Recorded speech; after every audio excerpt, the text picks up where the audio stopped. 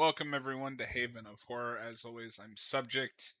If Robert needs a bigger boat, Wild, and I do. Torgo the shark. That's all I got. Oh my god.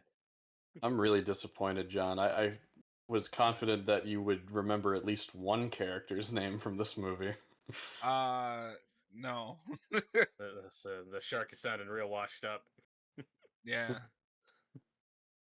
So in case you hadn't noticed from the thumbnail, the title, the background that our faces are currently sitting on, we are doing a commentary on the most overrated movie ever made, Jaws. You trying to make me leave before we even start the movie? You're not gonna leave. You want to I watch the am if you keep movie? dissing this movie. No, I think this movie is fine. What is? But we're I was about to say, are we live yet? are we? Oh wait, shit. Why didn't it go live?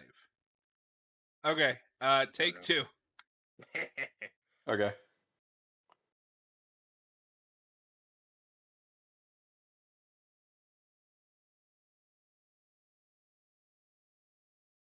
We love OBS, folks.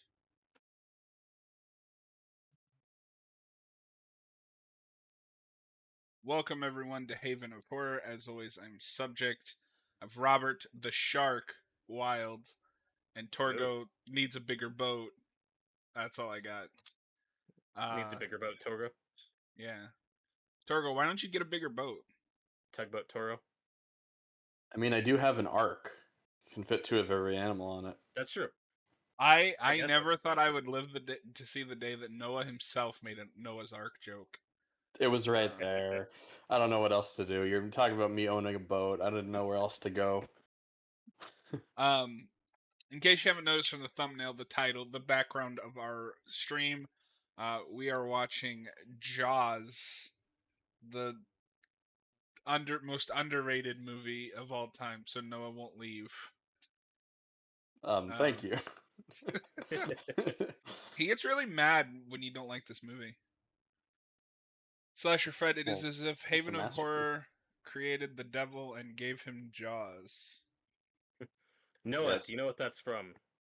Since you claim to be a fan of this motion picture. This is that's from the trailer or the movie poster, I assume. It's from the trailer. Okay. Which is a really weird. It's as if God created the devil. I mean, I think he did, and gave him Jaws. Yes. Okay. That's how that works, because the devil was an angel. Yeah. Gave him Jaws. It's like, well, Jaws in this movie is like the Jaws of Satan. It's like how the mouth of Sauron exists in Lord of the Rings. Oh. Yeah, it's that kind of thing. As just to get a few things out of the way. First, we now have a Patreon. The link is in the video description, and YouTube memberships are live, as well as super chats. Super chats will get priority read. That's just the way it is. Just to do things out of the way first. Yeah, sure. And thank you for joining us for both the celebrate 4th of July, if you're American, or not. Thanks, and for the 50th anniversary of this film. That's why we're doing this. Yep. I love that Robert took my brief silence as a moment to just jump in there. Yeah. Well, that's called doing a stream. If we don't want to have dead air. I'm just fucking with. No, sorry. It like YouTube. I would mute the stream so it wasn't coming through, and then would unmute. So I was like distracted for a second. But no, unsarcastically, thank you. Tyler, happy 4th for you guys. Yeah. Happy blow shit up day. Yep. So That's what Noah, it is. this is your least favorite movie of all time, right? I fucking hate this movie, dude. It's been a grift this whole time. I've been really pushing for the Jaws commentary, but I actually secretly hate this movie. No, this is my favorite Steven Spielberg movie. Even though you're wrong. Yeah, so he has a lot of great movies. It's hard to rank them, I will admit, but this has always been my favorite. And one of my favorite kind of like monster movies, if you could call it that. I mean, it's just about a shark, but it's a more powerful shark. I think It's a this still, monster shark. yeah, I think this does categorize as a horror movie, even though Absolutely.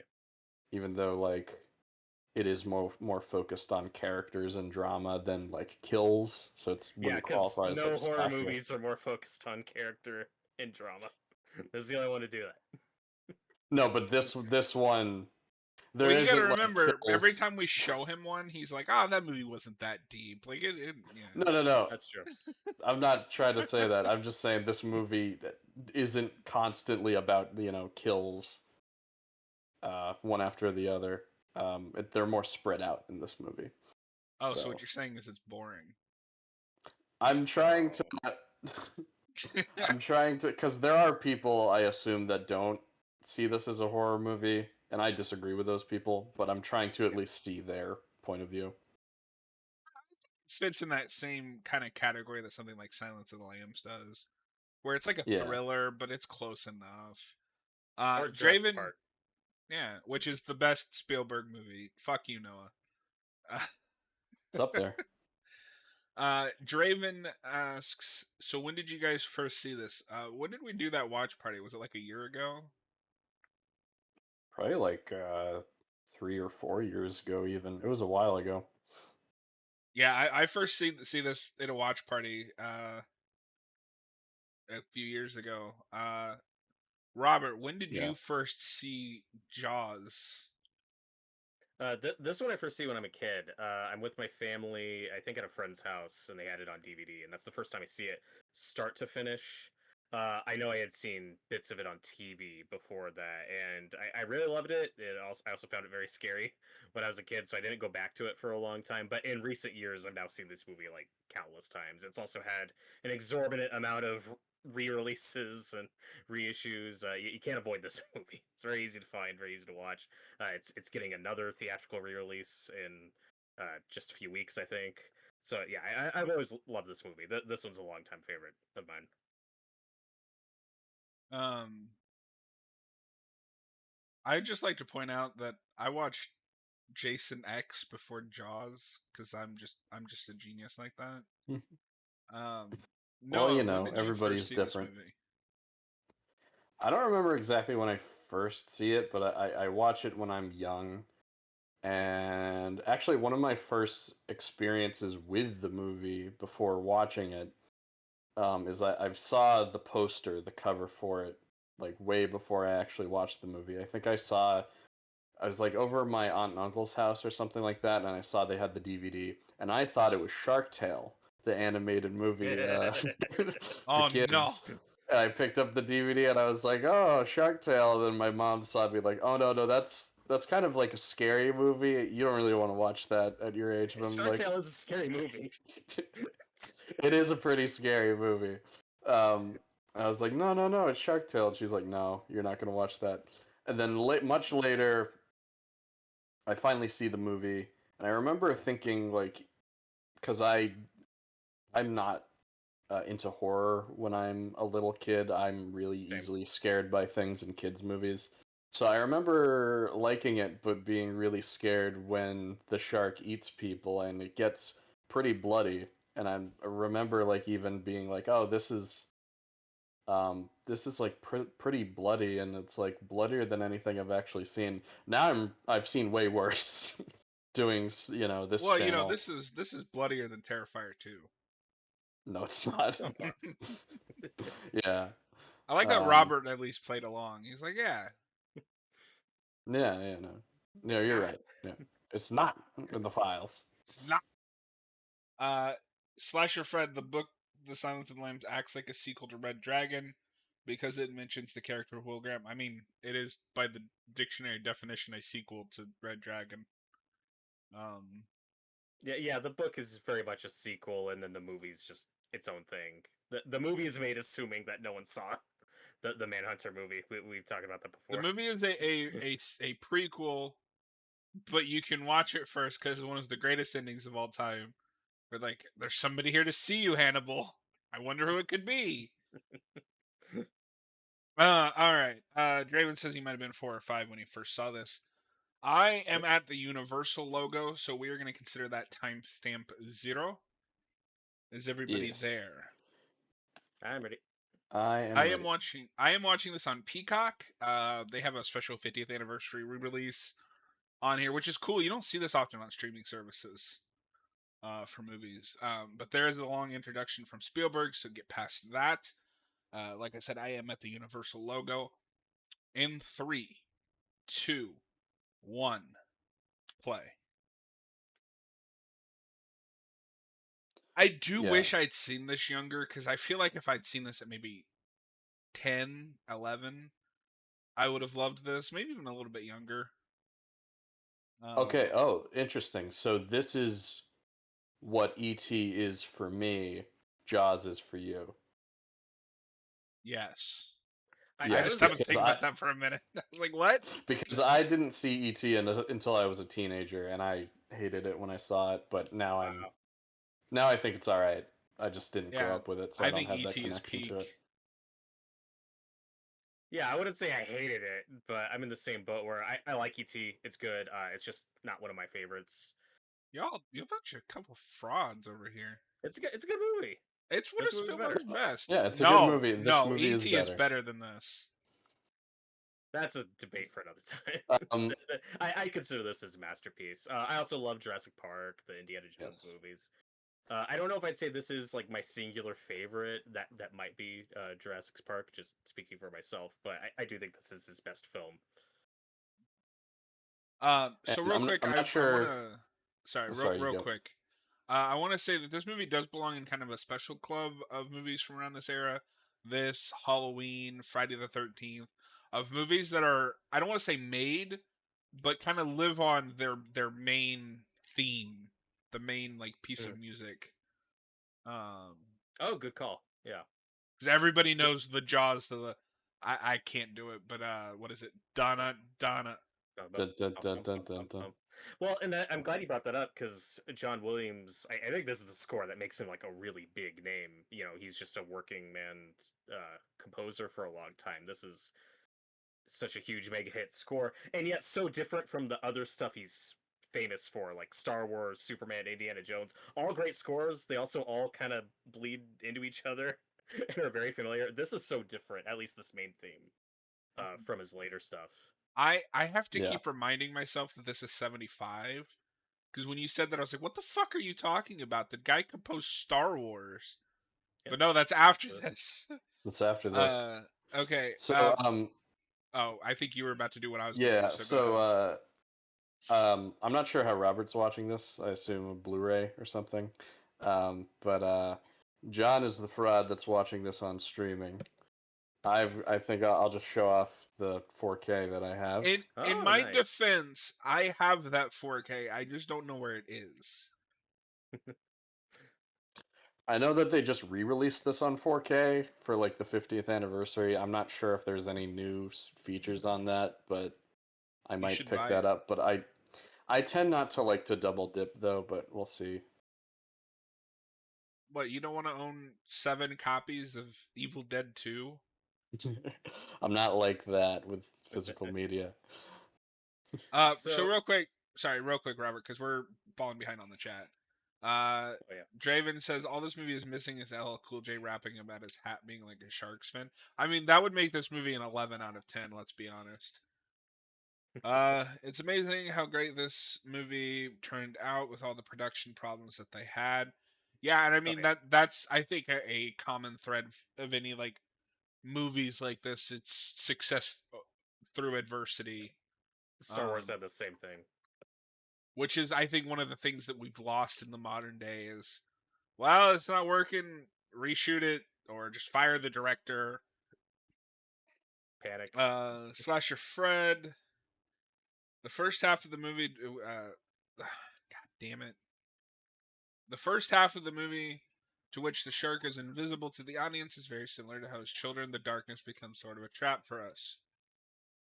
Yeah, yes, sure. Slasher Fred John Williams also did the music for Home Alone, and Harry and Marv's theme is so very scary. I can't picture it off the top of my head, but I mean, I like that movie. Great score. I remember the music being pretty good in that. Draven G. Spielberg was up to direct Superman, but the producers dismissively said, "Wait and see how that fish movie turns out." I would like to see Spielberg's Superman. I think he could have made a great Superman movie. Yeah. So I mean, this opening scene is very horror-y. It's, the first kill of the movie sets the tone. It's very of the same ilk of like Michael killing his sister in Halloween or the opening of Friday the 13th. Yeah. Yep. Great cinematography on that shot too. Mm-hmm. And John, do you know how they did this effect of her dying? There are two guys underwater, like she's like tied to ropes or something, each just yanking her back and forth. And then later, Jesus. they basically waterboarded her to get that audio of her screaming to add in post. Holy shit. It worked. I mean, she agreed to it. But it's effective. Yeah. Tyler, the 50th anniversary set is like $70 here. I'm not dropping that much on a single movie. Once again, just get out of Australia, my guy. Like, I don't know what else to tell you. And here we have Chief Brody, played by Roy Scheider, who might be my favorite character in the movie. I really love him in this. And not to say this movie invented that trope, but like the city cop coming and becoming the chief or sheriff of this small town. Like obviously, Stranger Things is looking at this with Hopper. Also, I was thinking of like the sheriff in Midnight Mass when I was rewatching this movie, kind of the outsider. He even has a line in this that's lifted directly from Hopper in Stranger Things. I don't know if you remember this, John, but there's a line later where Brody says, "I can do whatever I want. I'm the chief of police." Like they give Hopper that line in an episode of Stranger Things. Okay. I never thought to connect Hopper with Brody. Yeah, the main difference there being that Hopper grew up in that small town, then moved away to the big city, and then is coming back. That's the big difference.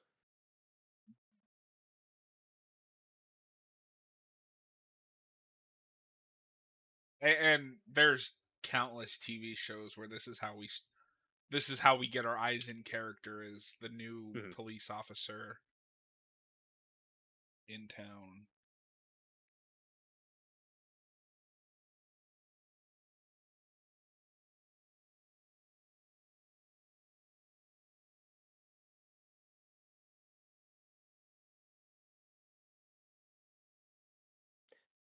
Draven just said one improvement this has over the book is that the characters are actually likable. That's true from what I've heard. I have never read the book myself.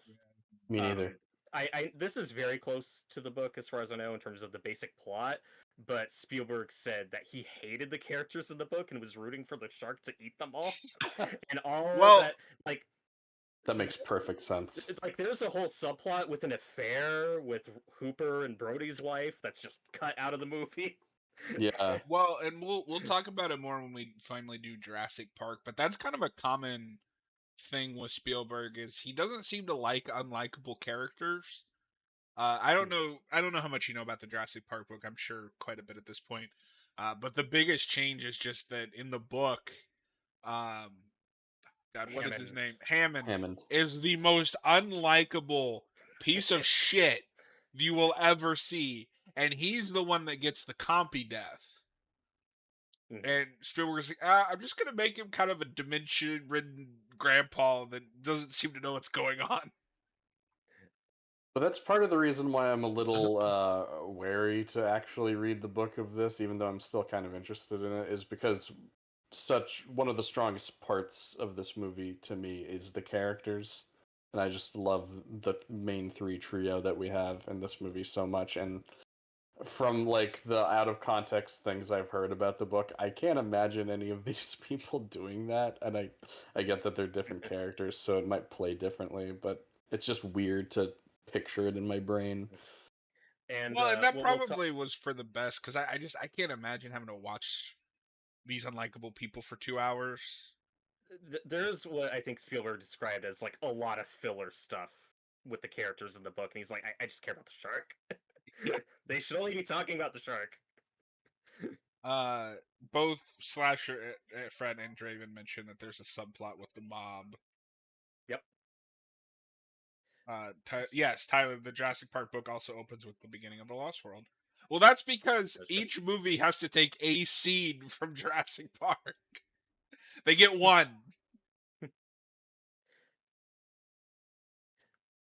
John, would you say that in Jurassic Park he just took a lot of like Hammond's negative traits in the book and just put them all on Nedry in the movie, or is Nedry? 'Cause I don't remember how like 1-to-1 Nedry is from the movie. I to the don't book, remember. 'cause he's like the villain of that movie. No, because the main thing, I mean, there is some of that because the main thing with Hammond in the book is none of it is his fault.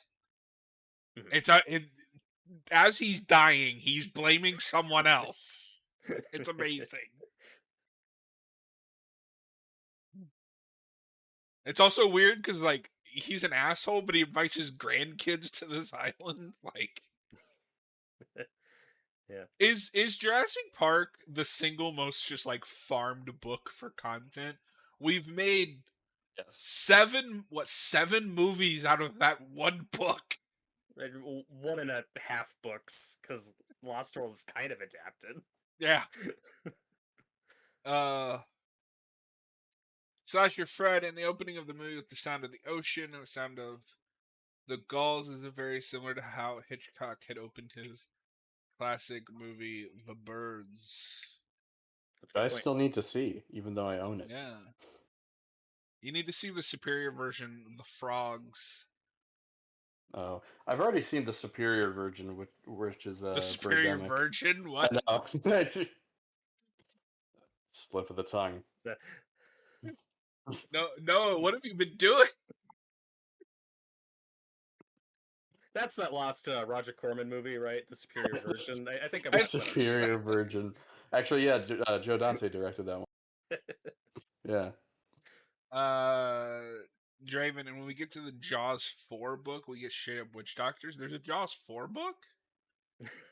I think he means there's a novelization of the movie. Oh, we used okay. to do those a lot. Yeah. There's Witch Witch was Doctors weirdly in the worded. Jaws 4 novelization. Because I used to love movie novelizations. I had the first 3 Resident Evils. I had the Freddy vs. Jason one.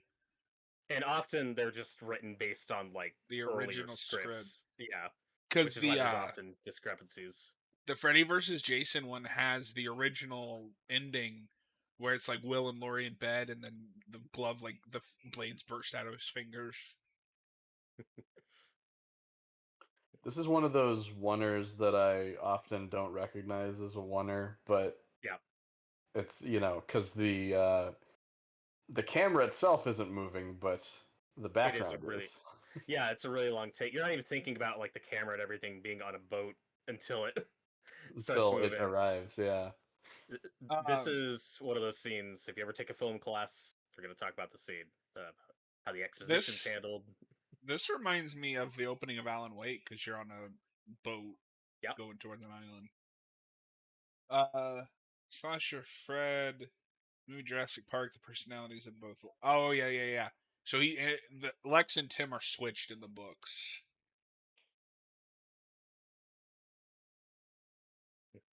Also, this the town corner or whatever doesn't get enough crap.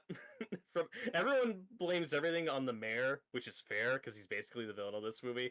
But this corner guy is so spineless and weak because he's the one who earlier assesses, oh, I think this was a shark attack, and then the mayor clearly bribed him or it maybe threatened his job, whatever. But now he's going along with it. It's a propeller. I don't know. Maybe I don't know. And then he just doesn't stand up for himself later. And we sorry, you finish your point. Well, and what I like about the mayor too is like he's the villain of this movie. He's also not like cartoonishly evil. He still has some human moments. You just understand, like you understand where he's coming from, even if he makes a lot of mistakes. Yeah, we'll get to it later when they try to redeem him a bit. Not necessarily redeem him, but yeah, you see more of his humanity near the end, I guess. We can talk about whether or not that works, because I feel like, I don't know, he's kind of just like cartoonishly evil for most of the movie, and then they try to humanize him a bit at the end, and I'm not sure if that completely works, but... Well, but I like, though, because one thing they talk about, that granted they do go in more detail in the book, but all the characters around him keep saying, like, yeah, this is a summer town. This is where we make our money. Like, if we close the beaches on the 4th of July, like, we're gonna be fucked by the end of the year. Like, this is a small town that's getting all this tourism and revenue through the summer. Like, people's jobs and livelihoods are on the line. Well, and to bring it back to what we did last week, both Piranha movies, especially the 2010 one, especially is doing something with that. Mm-hmm. But also, Robert, I don't think specifically the aspect of other people's lives and livelihoods being at stake comes across enough in this version, because it seems like it's more painted as, oh, I'm the greedy mayor, I'm losing out on, the tourism and the beaches not being opened. Yeah, but he also has a council to deal with, and no, yeah, right. there are plenty of moments where he's totally sleazy. What's crazy is this is with, just like Jurassic Park, a simple premise that we cannot get right in sequels. Like, I like some of the Jurassic Park sequels, but it's a shark, or in Jurassic Park case, it's dinosaurs. This should not be hard. Yeah, it's just a simple monster movie. And scenes like this are just so expertly directed and edited. Like, it's already a cut above from what you're seeing in this era. Like, we may have talked over, but like when the people are walking by the camera and using that to disguise the edits and the zoom-ins, the cuts, yeah, the split diopter shot, the iconic zoom in coming up, like, it's all so good. Which is another. We'll talk about it when we get to it, but it's another lift from Hitchcock, of course. Mm-hmm. Draven, my favorite fact about this movie: this has an on-screen kid death, but still has a PG rating. Different times, Yeah. Oh, and yeah, like this is pretty it's hardcore. Not overly PG. Gratuitous, is it? I wouldn't call it gratuitous, but I would say there's a lot of violence in this movie. Oh, like you couldn't really get away with in a PG-13. Yep. That's a great shot. That's a rainy shot to like zoom in. Yeah.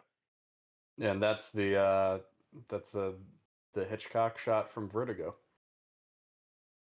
Okay, yeah, I forget how like little time this movie wastes. Like, oh, yep, we know there's a shark. Yeah, and what's crazy is this is where one of the more notable deleted bits is, like, for the first half of this movie, is when the kid gets eaten. That was gonna be like the big money shot reveal of the shark, where you had the big mechanical shark coming out of the water and chomping on the kid, and they had a dummy in place of the kid, and it's a really cool shot and like very shit your pants. Oh my god, this is a kaiju. Like, it really gives you the scale of it, but they ended up taking it out not because the shark wasn't working, that'll come later. It was because the dummy just looked like shit, and they were like, yeah, this doesn't work, let's just redo it. And what you get in the movie still works, where you just get glimpses of it, you just see the fins. Well, and I appreciate that, because there's movies that I think are better than this that don't commit to that. Like, I think of the end of RoboCop with that god awful claymation. I don't know what's happening. I love the long arms. Yeah. How does that even happen? No, Tyler, so I think this movie doesn't address this. If there's one shark in the water, chances are there are others. So inciting panic amongst the public wouldn't do anything, because if they get rid of, and that's it. That's all, folks. Thank you, Tyler. Yeah. Another shark will be in the water. Wait, hold on. If they get rid of another shark, will be in the water, or another one will come into the bay by the next summer. Yeah, but I mean that's movie logic. You're just dealing with the villain of this movie, which is the shark. And this movie is not completely realistic in how the shark is portrayed, because typically if even a great white, like, if it happens to eat a grown-ass person, they are good for a while. Like, they're not going to keep eating people. Like, this shark is a slasher villain. It's not a real shark. No, Yeah. so should we address the elephant in the room of what this movie did to sharks for a long time? Sure. Yeah, sure. It's unfortunate.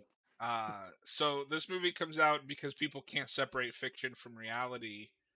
They decided this was autobiography, like a nature documentary, and like a lot of you guys have to fill in some of it because I only know like the basics. But like sharks were hunted for a long time because of this.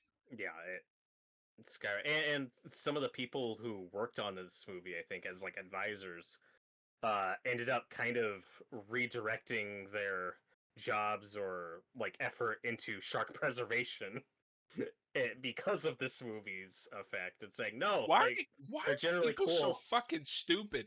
This is clearly not a real shark. This is not how sharks behave. Well, of course, the other big thing is people were afraid to go swimming after this movie. That's true.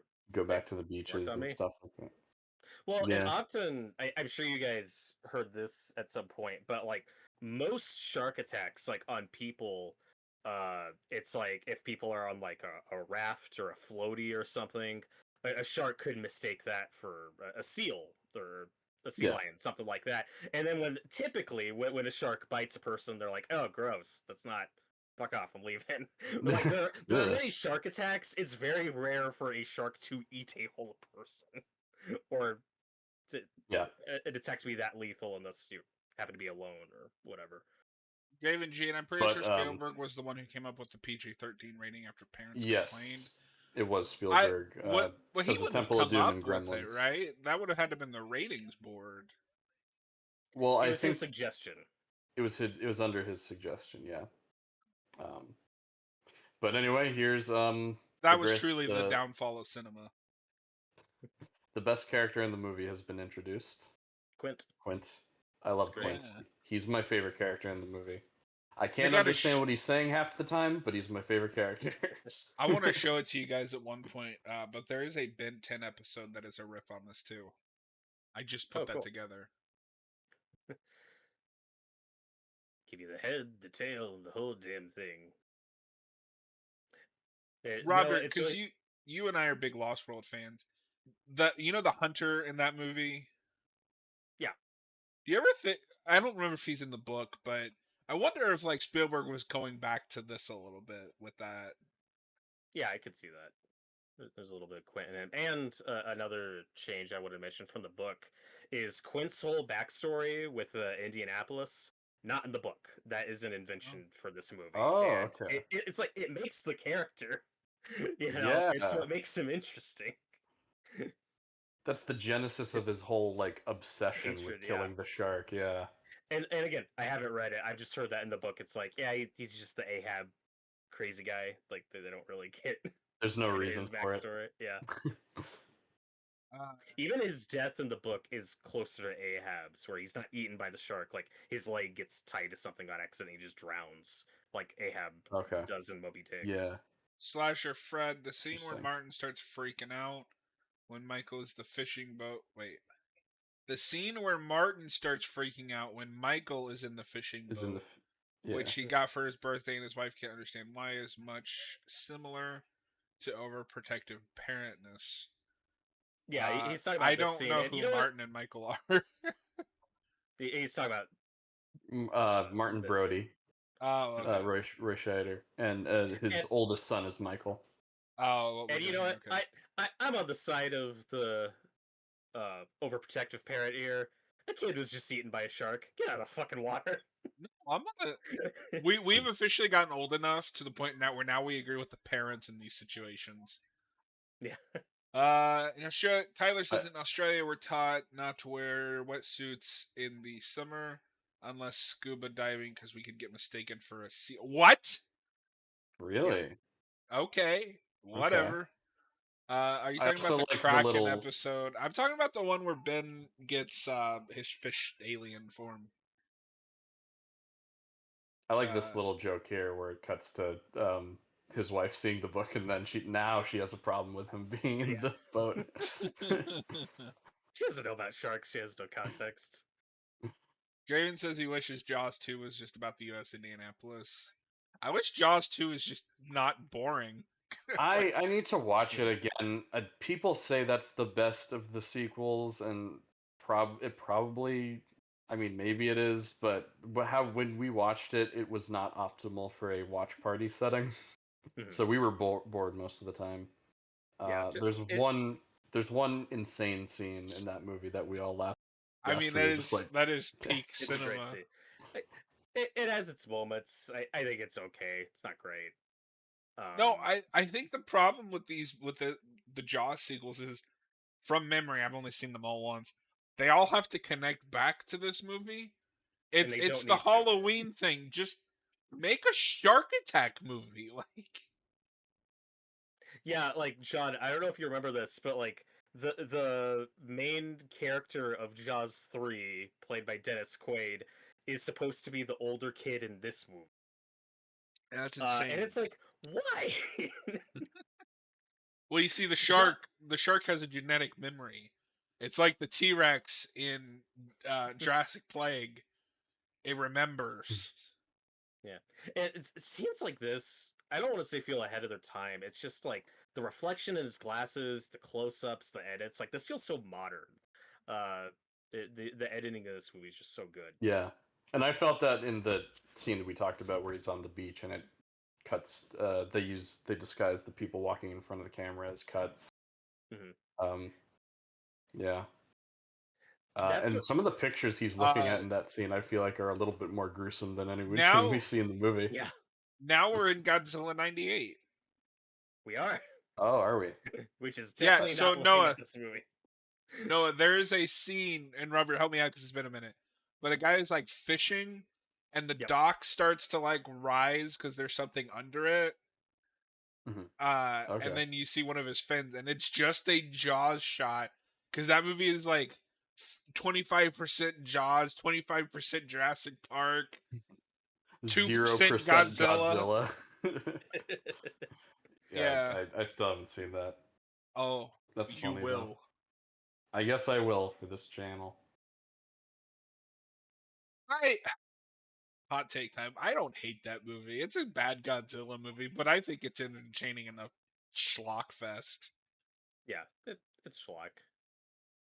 I have mild nostalgia for it, and hey, Robert, that's a lot of fish. It's a lot of fish. And Jaws 3, what I like about Jaws 3 is that it's like the schlockiest of them. It's also a shame being my favorite. Yeah, like it's terrible.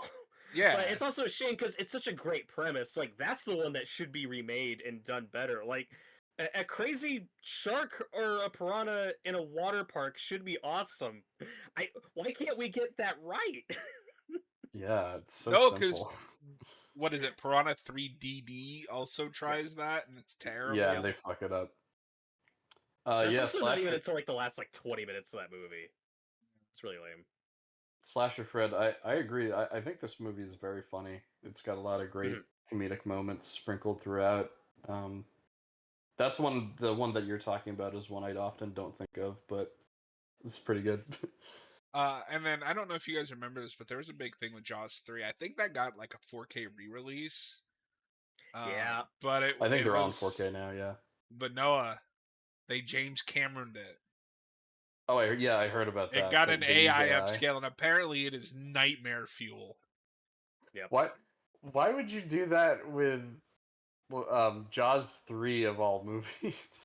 Well, that's not gonna have people going through with a fine-tooth comb. No, that makes more sense than Aliens does. No, yeah, I guess you're right. Let the but I mean, if you're gonna do it at that point, just don't do it. Yeah, I know. I mean, does anyone I'll probably never own on 4K? Does anyone? If really it was a want proper Jaws restoration, 3 on 4K? I'd buy. If it was a proper restoration, I'd buy Jaws 3 on 4K. I don't need. I guess I don't really need to have that movie in 4K. I don't need to see every detail on the But you need to shark when see the he. shitty 3D shark jump at the screen. Yeah, I will see every detail of him frozen as the glass breaks. But now we're introduced to Hoopa, Richard Dreyfuss, who gives a great performance in this movie. Tyler says he feels it is important to mention, and I did not know this, that there are only about 20 shark attacks a year, which means a person is 4 times more likely to be attacked by a cow. We got Cow. cows. That is statistically correct. Also, doesn't make me less afraid of sharks. 20 Yeah. a year still sounds like a lot. Yeah. To me. And I'll stick up for sharks, though. I think they're really cows cool. can be dangerous. Yeah. Sharks have teeth, very sharp They teeth. do, yeah. So yeah, I wouldn't want to be in the water with a shark, but I do think sharks are awesome. Yeah, no, dude, hammerhead sharks are so cool. I love hammerhead sharks. Those are my favorite. No, we talked over it, but my favorite comedic bit is when Brody throws the thing at the window to get the deputy's attention. He's like, huh? He just waves. Yeah. It's like, no, get in, you fucking dumbass. He's got a lot of great lines too in this movie. Like earlier, when the other guys won't listen to him, and he's like, "Oh, they're all gonna die." Well, and like when I was a kid, Street Sharks was on, which was 90s superhero animated show. So I've never been scared of sharks. But obviously I can recognize that they're dangerous. I just love how stupid it is that people saw this and are like, yes, this must be real. They're monsters. That is what's weird about the legacy of this movie, though, right? It simultaneously creates this mass hysteria around sharks, like, oh my god, they're dangerous, we need to hunt them more, while also oh, these are cool and profitable, and kids love sharks now. That's our generation, that's the world we grew up in. But before this movie, that wasn't as much of a thing. There's shark merchandise everywhere in video games and countless movie knockoffs because of this. Because people also think sharks are really cool. I guess those people that were deathly afraid of sharks weren't paying attention to this scene where Hooper determines that the shark that attacked the victim must have been bigger than a normal shark. Yeah, that's unusual behavior. Mm-hmm.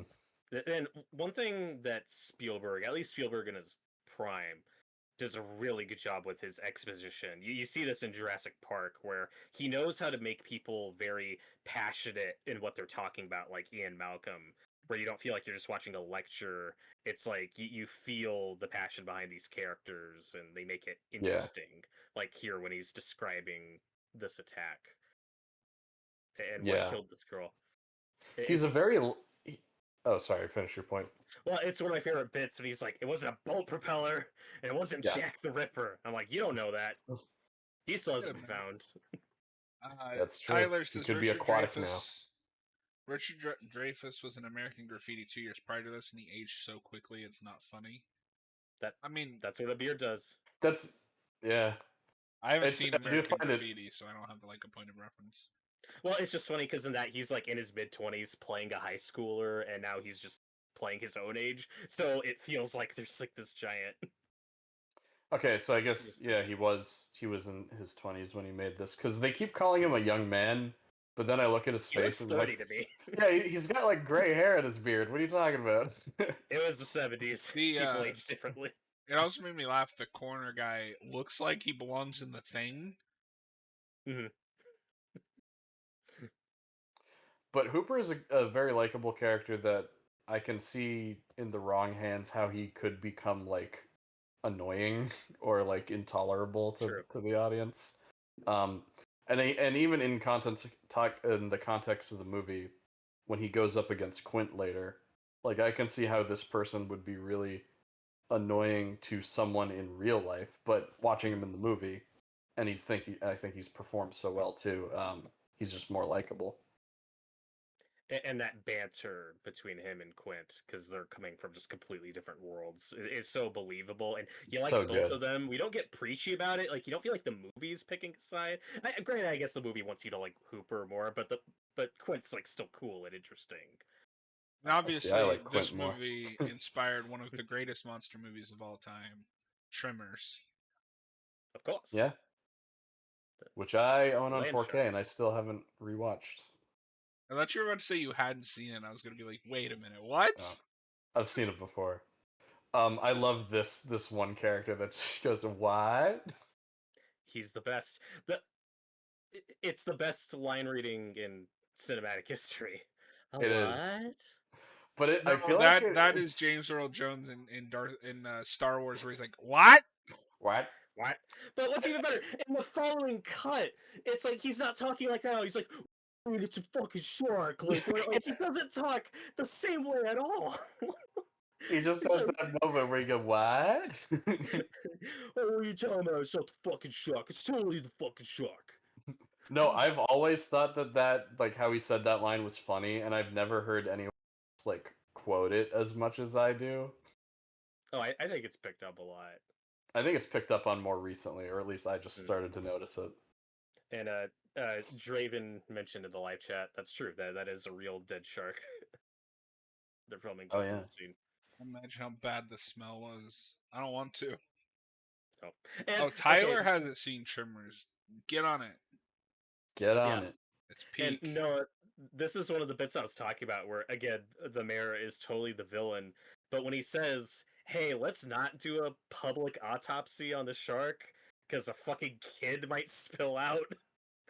Let's not do that in public." Like, that's a good point. So that is a good point, but then you're about to get the scene where the Mrs. Kittner visits Brody and like berates him for not closing the beaches down. I feel like he just has such a lack of empathy right after that happens. He's like, "Don't worry about it, Martin. Well, she's wrong." That's the thing. If he was a good person, he would have stood up and said, "Hey, no, I told him we couldn't close the beach. It's actually my fault." No, he waits for her to leave and then says, "Don't beat yourself up about it, Brody. Like, she's out of line. Like, you're cool." Like, that's what I find interesting about him as a villain. He's not, like, antagonizing Brody this whole movie. They have a lot of disagreements, but, like, he still wants him to like him, and I think that's fun. But he waits for her to leave, and it's like, she's out of line. Don't worry about it. Yeah, so ultimately, I still think he is an asshole, but yeah, I don't know. I don't really see a lot. I guess I see a little bit of the complexities with him before the ending, but.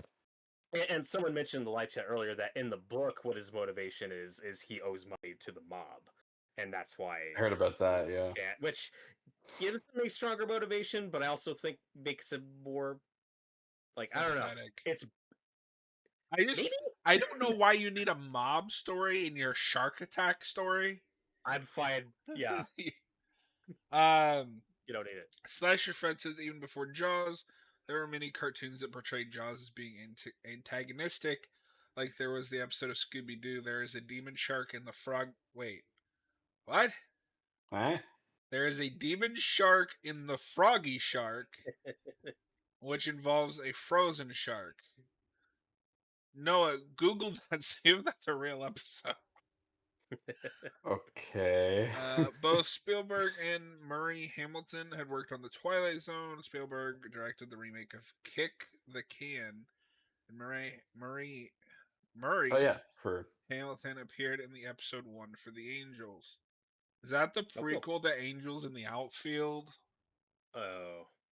I don't remember if I've seen that episode. I should check it out again. So that was a typo from Slasher Fred. The name of the episode is "There's a Demon Shark in the Foggy Dark." Oh, that makes more sense. What year? Season 1, episode 12. Nice. I don't remember that. Yeah, this is the original Scooby-Doo.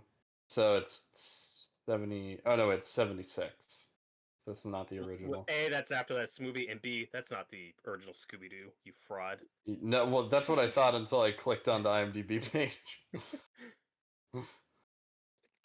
So we should also mention this movie shares kind of a unique thing with at least one other big Spielberg blockbuster of Back to the Future. There have never been talks to remake it. Mm-hmm. Thank God. I think he's put his foot down. Until he dies, it's not going to be remade. Which is so funny to me because he'll like He's like, yeah, let's make Jurassic Park number 7007. But it's not a Jaws, remake. no. Yeah, you gotta pick your Tyler battles. says that is not. Oh, Tyler, our Scooby Doo expert, is yelling at you, Noah. Yeah, that's the Scooby Doo show, not the Don't original one. Don't yell at me. Yell at Google. Also, all I had to go off with is it was a Scooby Doo episode. I don't know which Scooby Doo show it was, but anyway. Noah, whenever Brody's wife is on screen, are you just thinking about like how she's gonna be the protagonist of the fourth movie and what an epic, satisfying journey her character's Yeah. gonna have? Well, it kind of makes me wish I was watching the fourth movie because that does a lot of things better than this. I mean, you're just right.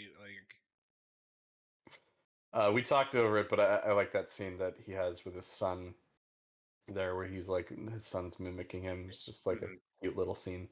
although to go back to the remake thing for just a second, I could picture like the mid 2000s remake of this movie.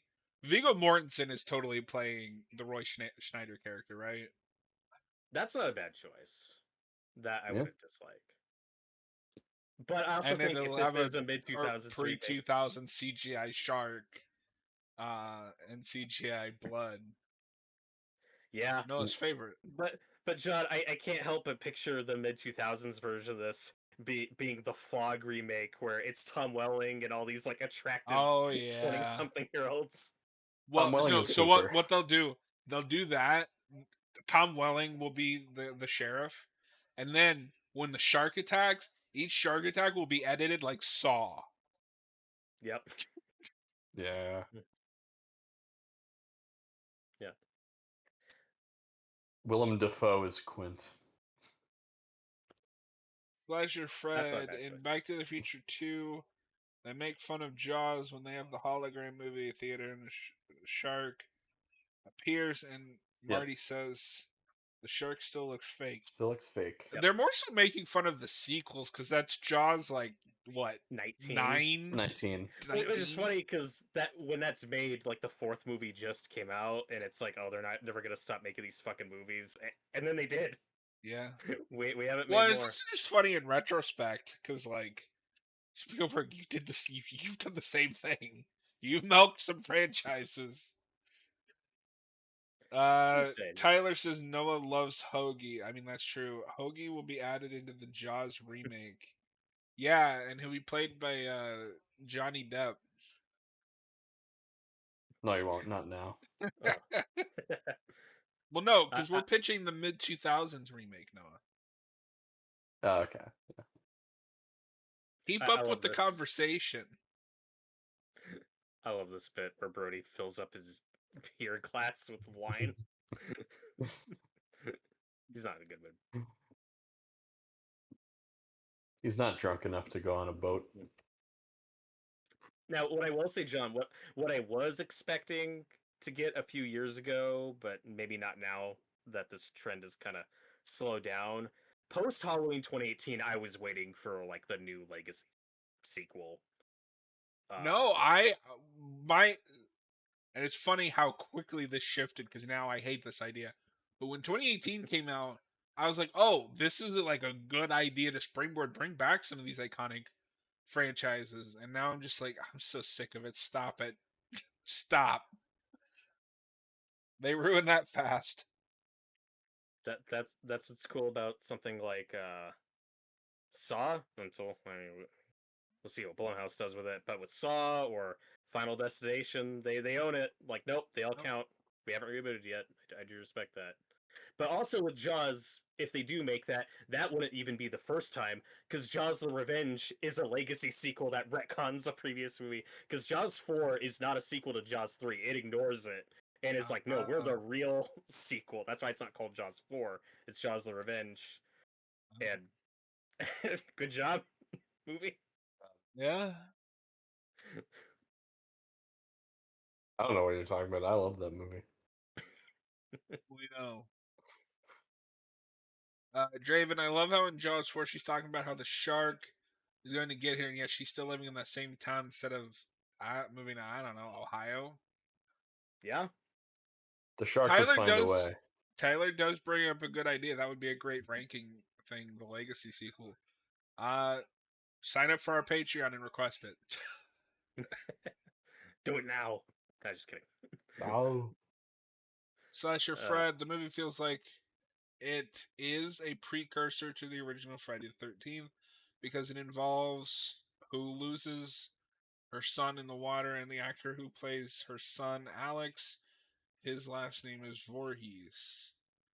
Is That's it? true. Oh. That not so. The character is Alex Kittner, but the actor who plays him, his last name is Voorhees. So many fucking real life Voorheeses pop up in these Yeah. things. You got this Voorhees, got the lady in Friday 5, you got that Voorhees. I've never known a Voorhees, but they keep popping up in these movies. Noah's gonna change his last name to Voorhees. I've already done that. Noah, one thing I do appreciate about this movie as just a classic that's nice is it exists as it, like, aside from the shitty sequels. Yes. But like there's no special edition, there's no director's cut, like it's just Yeah. the movie was left alone and it's timeless and it's still great and And sometimes it's really nice. Kind of tying into our talk about like AI remasters earlier. This is a really well preserved movie. Yeah. 4K, even the Blu-ray. I'm just watching Blu-ray right now, which is also in the 4K, but even that looks really good for its time. I'm not sure if it's the same restoration that's like just on the 4K, but yeah. There's no way, because a lot of the times that's probably a Blu-ray that came out like a decade ago. Well, but sometimes certain movies will have like 4K remasters, but because they weren't able to do 4K at the time, it's like downgraded to 1080p. Yeah, but I rarely see that outside of like the boutique labels. Okay. No. I think that was the thing with the Godfather trilogy when that came to Blu-ray. I could be wrong though. So much effort for such bad movies. You can't say we're gonna lose patrons. I'm sorry, I'm kidding. Tyler wants to know, have we seen The Wicker Man? I actually haven't seen either Wicker Man. Yeah. Me, I don't know if I've seen I don't know if I've seen the Nick Cage one, but I have seen the original. That could be on the wheel, right? Should yeah? be. It might be. We're not actually. adding more to it right now, are we? Oh, we will. We will.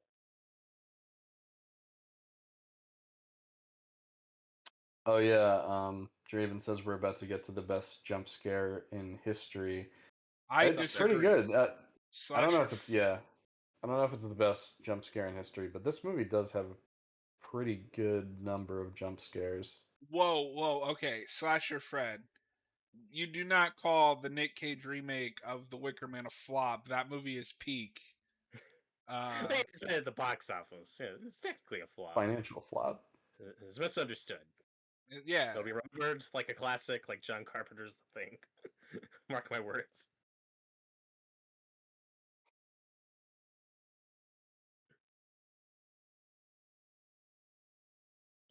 But no, this is the first scene from this film I ever see when I'm a kid. This is the scene I see on TV, and the jump scare scared the shit out of me. Oh wow!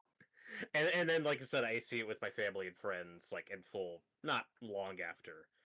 I don't think, and yeah, I think it's an extremely well executed jump scare and a reshoot, because it was one of the early bits they shot that Spielberg wasn't happy with, and the underwater stuff they ended up reshooting. Like I think it was in the editor's pool, in her swimming pool, and it works. I think all like a pool. I think all the above water stuff is from the original shoot. Tyler says the original is so good. Robert, do not watch that movie. Go in completely blind. I know, like, the big spoilers. I do need to see the original Wicker Man. I've heard it's great. But if you don't watch it, then how are you supposed to go in blind? Because then you can't watch it. I want to see it how Matt Murdock would see it. For a second, I blind. For a second, I thought we were talking about a lot of the like big meme done scenes I have unfortunately already seen. Mhm. It'd be hard to go into that movie completely And blind. the Nicolas Cage one is weird because the scene everyone knows, I don't even know if John knows this, the not the bees scene, that's only in the extended cut. Oh, If you watch Yeah, the theatrical cut of that movie, you don't even get that part. that's yeah. disappointing. That's the most iconic scene in the movie. Yeah. Ever. Well, second most. The most iconic scene is Nick Cage in a bear suit punching an old woman. That's true. Yeah. Just because that's your favorite scene doesn't mean it's the most iconic. But yeah, no, this is a pretty well done jump scare. I also totally buy that Hooper would drop the tooth and the flashlight here. Yeah, this movie rarely falls into that trap of making characters seem like stupid or contrived mistakes. Like this is pretty No, genuine. if you Wait a encountered minute. that in real life, you would react the Okay, same way. You get the hold, fuck hold, out of there. hold on. Oh, My movie just cut to ads in the middle. oh, Oh, okay. so you just want to Pause. pause it? Okay, Yeah, I'm pausing pause it. it. Yep. Sorry, folks. I've never seen this Yeah. happen before. Well, you're on Peacock, right? Yeah, Did you but pause the normally, timer? yeah. Uh, Okay. normally it front loads it, and then you're good for the whole movie. I've Yeah. never. Oh, I right, don't. right, right. Okay. Damn, that sucks. But when you come back from the ad break, I'm at 50-30. It's gonna Well, be actually, 130 seconds. I just That's realized though, because of the intro, we might not have the exact same timestamps. It's fine. John's at 50:36, so that's where I'm going. Okay. Hooper just got out of the water. I think we're good. All right, then I'll rewind to when Hooper gets out of the water. Yeah, I'll see Oh, where I'm what the at. hell? I'm paused on a very unfortunate still of Richard Dreyfuss's face. Tyler, oh my god, it's the 50th anniversary of Amity Island, and it's the 50th anniversary of this movie. Oh. Oh, that's a good point. That's one of the things I like about this movie is how well realized Amity Island is, and a lot of like the background actors I think are just locals. Like there's not a lot of people in this movie with like a ton of screen experience, and there's just so many little bits throughout that it just kind of adds to the realism. Like it feels very lived in, and there are a lot of people that don't feel like movie characters. I was gonna mention earlier, but a few of the like side characters that only have like maybe one scene or just like one little line of dialogue have so much character and personality to them. Like that guy that like is bothering Brody at the beach to like, oh, I have this problem, I got this thing you gotta look at. Like he's memorable. The guy Harry that has the bad hat, he's memorable. Tyler wants to know how long is this movie for you guys? 7 hours. Slasher Fred, John Williams had also worked on the Brian De Palma movie, The Fury. The score does have a lot of John Williams feelings. Oh, cool. Okay. But yeah, my movie's 2 hours and 4 minutes. Is that what he was asking? He says I'm at the same timestamp, but I'm a scene ahead of you. We should have just synced this up and all watched it on Peacock. I Or don't not, have Peacock. since you fucking ads. Tyler, just go back to just when Hooper comes out of the All water right. after the jump Yeah, scare. Then Uh, we'll be good. he's on Okay. the ladder. Right. Yeah, I'm on a completely different scene. There's like 3 guys out in the broad daylight in a field, like a field, or not a field. Oh, weird. Okay, let's just go right to the beginning of that scene when Okay, yeah, they're because my talking to movie the is mayor. 2:05:20. Mine is 2:04:28. Yeah, let's just Yeah. go right to the beginning when they're talking to the mayor out in the field. Okay. Okay. Yeah, they're standing next to like a couple of benches. Okay. Who are these I'm random guys who I've never seen before? ready. 1 second. With these dudes.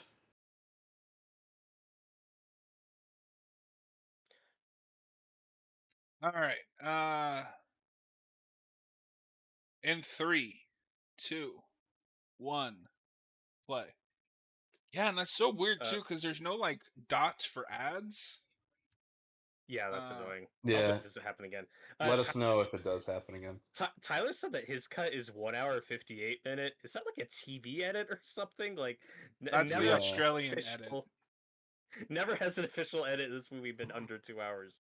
That's very strange. I was gonna say, Robert, earlier you were like, oh yeah, there's alternate cuts or director's cuts. Maybe there's like the specific Australian cut. Like, I don't.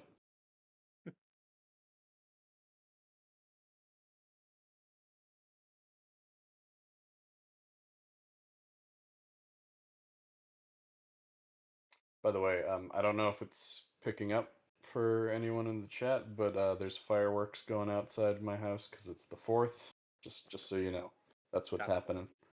Yeah. I don't think anyone's getting shot outside my house. I think it's just fireworks. And no, to what I was saying earlier though, with the mayor not being as cartoonishly evil to me as he is to you, I think a lot of that's just Murray Hamilton's performance, where he plays it very straight and kind of grounded. Like, he's not mustache twirling. Like, No, he doesn't ham it up. he Yeah. plays it very like unsure of himself and like, I don't know. No, he does play it realistically, I guess, but he's still a bad guy. Like, he's an awful yeah, person. no, of course, yeah, yeah. It's just to me that he doesn't really show any other humanity until he has to. Why are there 3 runtimes for this fucking movie? It's funny too, because earlier I was like, or Robert was like, oh, there's no director's cuts or extended cuts. You liar. Because Draven's is also 20401. Well, I think some of ours have like the universal 100th anniversary thing, and some don't. I think that's the discrepancy. Tyler, I don't know what's going on there. I don't know why he's missing 6 minutes of this movie. Sorry, Tyler.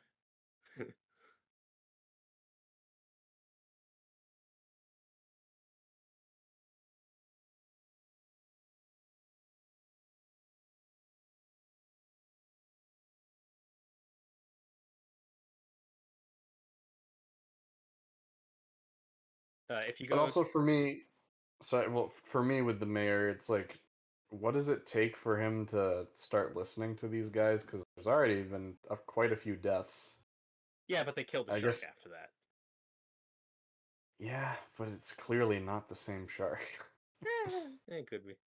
And then Tyler also says, interestingly, his Blu-ray is also 2 hours and 4 minutes. So yeah, I don't know what version you're watching, but it's the wrong version. Draven, we never do see the mayor get comeuppance. Sasha Fred. Okay, so he's got 2 things because I missed this. If you ever see the cult horror movie Frozen from 2010, the logo in the movie is called Bigger Boat, and it has the barrels, which is a reference to Jaws. And I don't know if you guys know this, but that is what? Yeah, the movie with the princess and the snowman and fuck you. Frozen, right?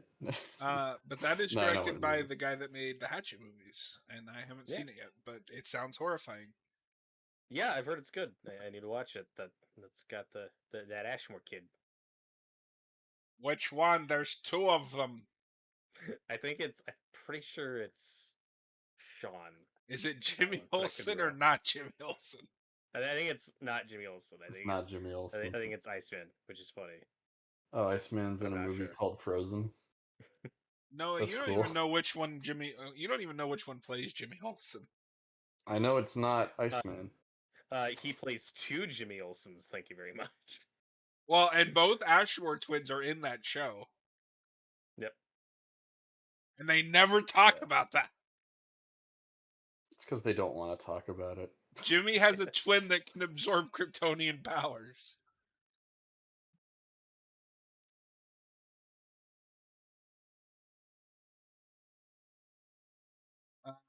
In the Jaws cable version, they use some added scenes Like when we were first introduced to the Brody family, Ellen is shown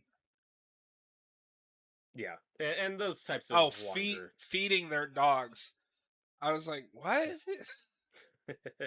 Yeah, well, and many of those extended TV cuts like weren't approved of or overseen by the filmmakers. I have And really preserved. I have the Halloween one. That one's interesting. It comes out on. It comes with the Scream Factory 4K. I still need to get that. What are you waiting for? What is interesting about that one is that's not just deleted scenes put back in. That's also has some added reshoot scenes while they're making Halloween 2. To make it so that one's cool.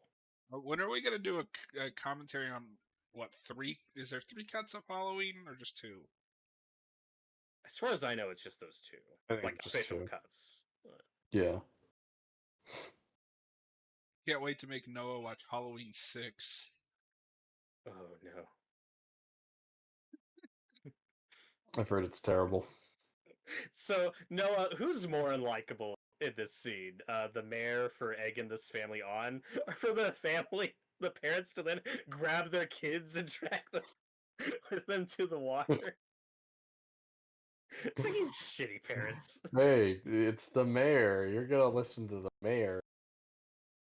He has the authority to arrest you if you don't listen to him.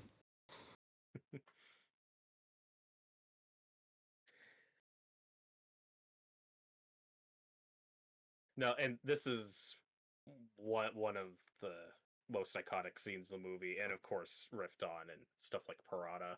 And every Jaws knockoff has this scene. Draven, the 3-hour Superman TV cut. Yeah, Yeah. that's because with Superman, there's the theatrical cut, the extended director's cut, and then the 3-hour TV cut that Donner was super against, and they still put out on Blu-ray. Anyway, I don't remember if that was before or after he died, but he was like, please don't release the 3-hour cut. It's not watchable. I don't approve of this. It's too long. Yeah, that sounds like torture. Was like, fuck you. I don't even hate that movie, but a 3-hour cut of that movie sounds like torture. It shouldn't be 3 hours. Tyler, do you have a hard time eating in a horror film? Well, I've never been in a horror film, so I don't know. Are you asking, do we have a hard time eating while watching one? It depends on the movie, right? I don't have a hard time eating watching this one. Yeah, I mean, that's the answer. Like, there's maybe because like I can eat a meal during like Day of the Dead and I'm fine. It's so over the top that like it doesn't bother me. But I watched, Bring Her Back recently. There's scenes in that I don't know if I could eat during. No. No, this movie actually goes really well.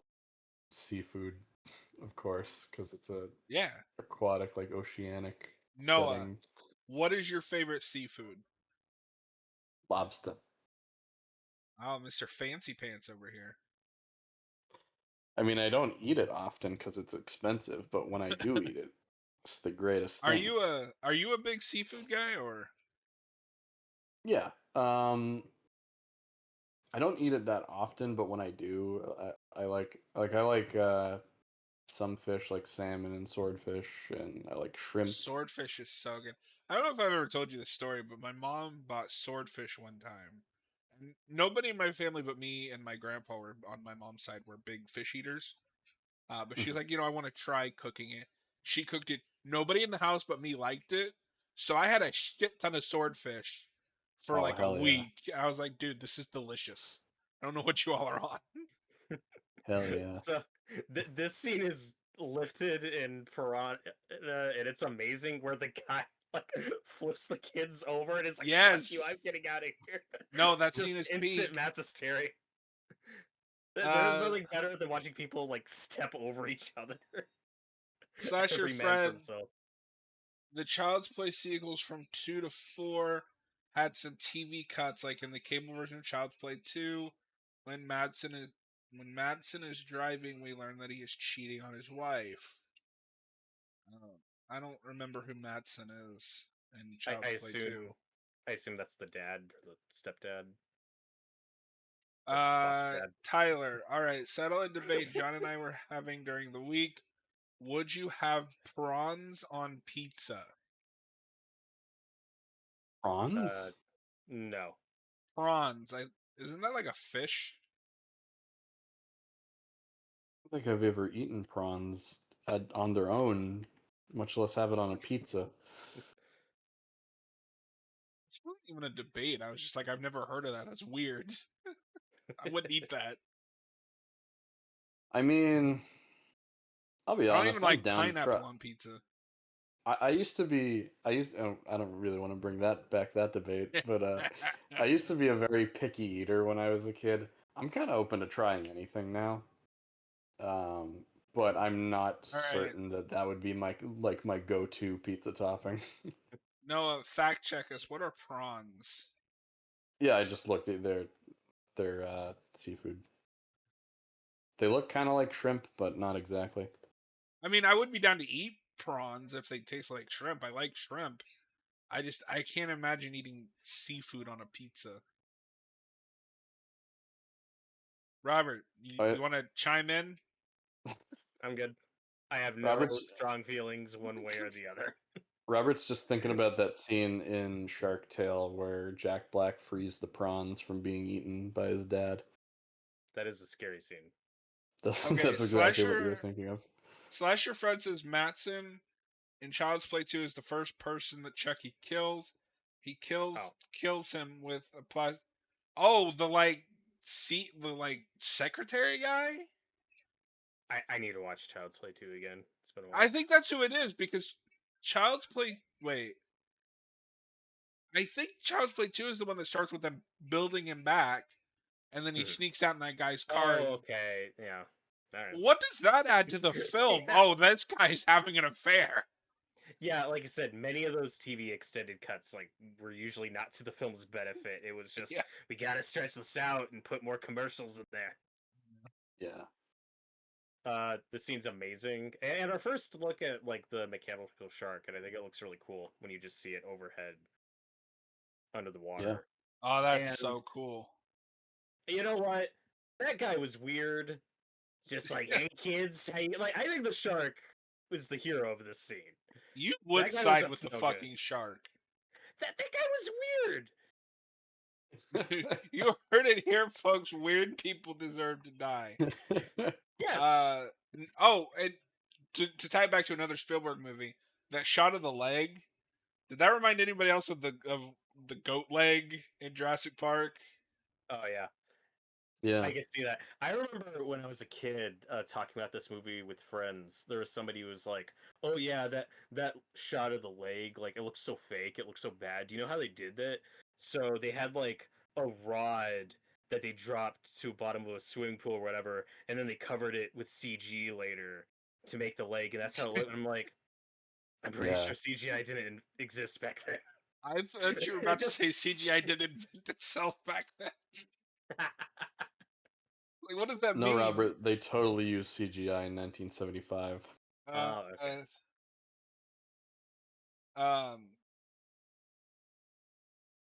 Fuck, I forgot what. Oh, Robert, real quick, just because I asked Noah and then we got sidetracked.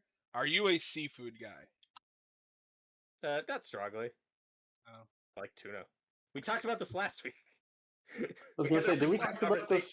Did we talk about this when we watched? Well, why didn't you say something when I asked him then? I don't want to interrupt. That's a first. I like talking about food anyway. It's fine. Stay tuned for the Haven of Horror cooking spinoff. Hey, we should do food inspired by horror movies. Noah's gonna make those Jason burgers from Jason Goes to Hell. Those are good looking. That's something we never talked about in the commentary on that movie. When they're showing them, making the hockey mask burgers, you're losing more meat than you're getting. Yes.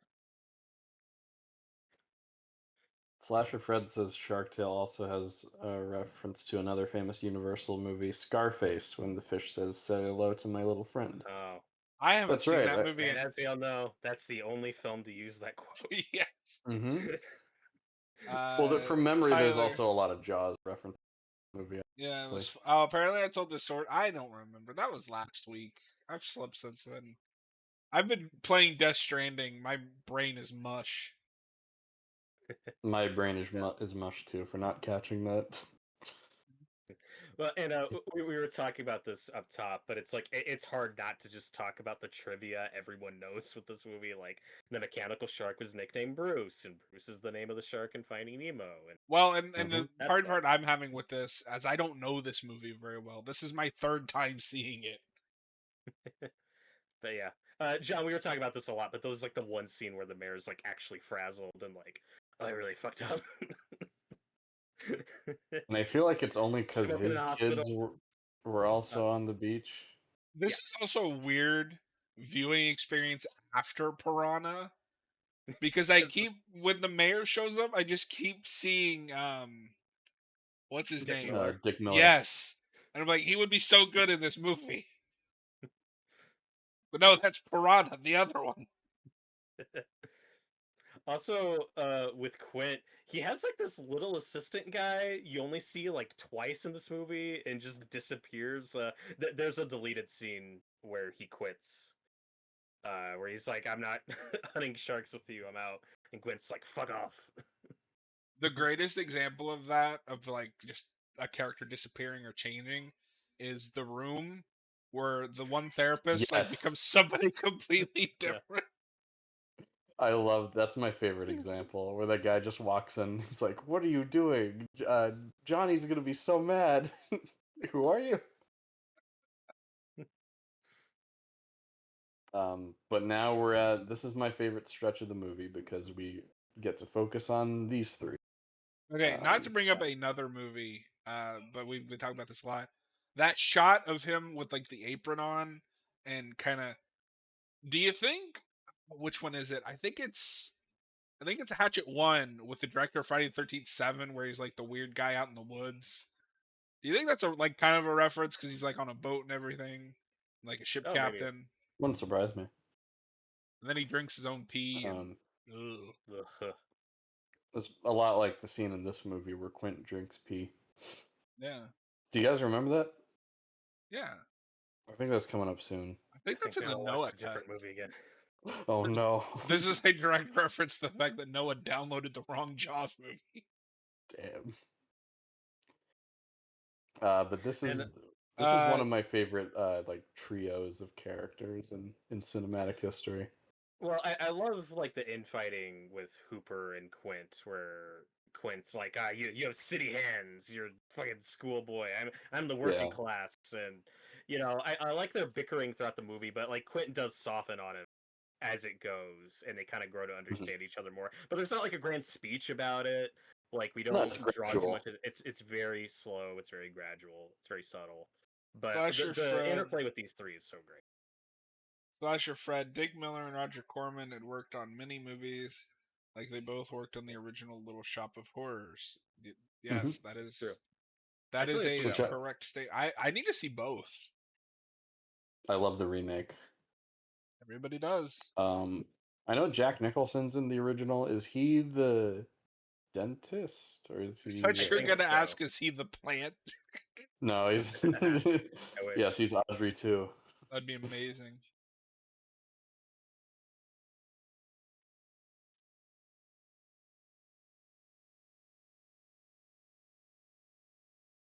It's also really funny seeing Robert Shaw in this movie as Quint, where he looks so old. I think he's just in his 40s when he makes this.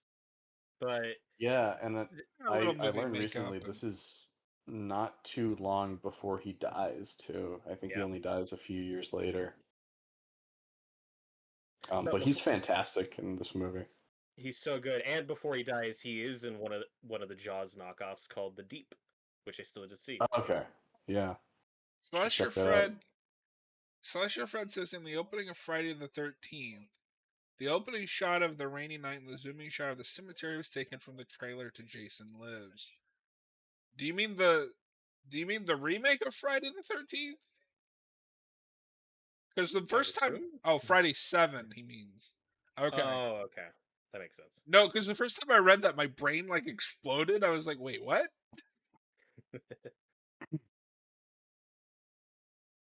I mean, that's all those movies start with some kind of recap. Yeah.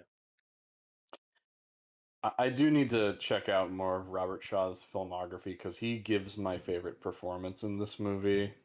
And that's the And boat captain, right? yeah, that's Quint. No, he's the He's all best the in guy. this movie. And he's great in From Russia with Love as like the heavy guy that Bond fights. I still He's get to great. see Man for All Seasons, which I hear he's great in. Yeah, John. Robert Shaw. He's like the big blonde, like main villain in From Russia with Love that Bond fights on the train at the end. Which is funny because that's like barely a decade before this movie, and you'd swear He looks so much like younger. 30 years apart. God, I wish I remembered more of that movie. I remember really liking it. Yeah, it's good. That's the Hitchcock Bond movie. The problem I with James Bond is when you watch a bunch of them, they all run together. Yeah, Yep. they really do. I have watched all the deleted scenes from this movie, and it's like they're watchable, but they're just kind of extraneous and longer versions of the scenes in the film. Like there's nothing I can pick out like, oh, that should have been kept in. Like it's like, yeah, I get what those cut. There is a really good scene with Quint that I'm fine with being cut, but it is worth watching where Quint before this is going to like a music store to buy a piano wire because he uses that for fishing. And Yeah. there's a kid, and they're like playing a clarinet or something really badly, and Quentin just starts like singing what he's playing behind him, and it like escalates and gets really weird. That's So if you want to amazing. see more Quint shenanigans, check out that deleted scene. I need to watch that now. I can't believe I haven't seen that. And this shot's great. Noah's a It's the fake fan of this Jaws. movie, confirmed. The iconic Jaws. Yeah, I mean, I'm a fake fan of everything. Robert, that was the shot that inspired them to do the Jurassic World Dominion shot, where the T-Rex steps in Oh. front of the logo to make the Oh. thing. Oh. I think Robert knew where I was going with that, like immediately, because he just went, "God damn it!" So, how much of the chum in this movie do you think is just real? I'm gonna guess most of it. I would hazard like a good chunk, because that was just what we did back then. Mm-hmm. That's like I think it's Day of the Dead, where that's like real meat, but it went spoiled. Yeah. Oh God. And the actors, those Had to poor eat it. extras, had to eat it and bite into it. Ugh. Ugh. Ugh. I just bet that is Robert, or not Robert Shaw, Roy Scheider's real reaction to the Robert, chum. that's your real reaction. That's true.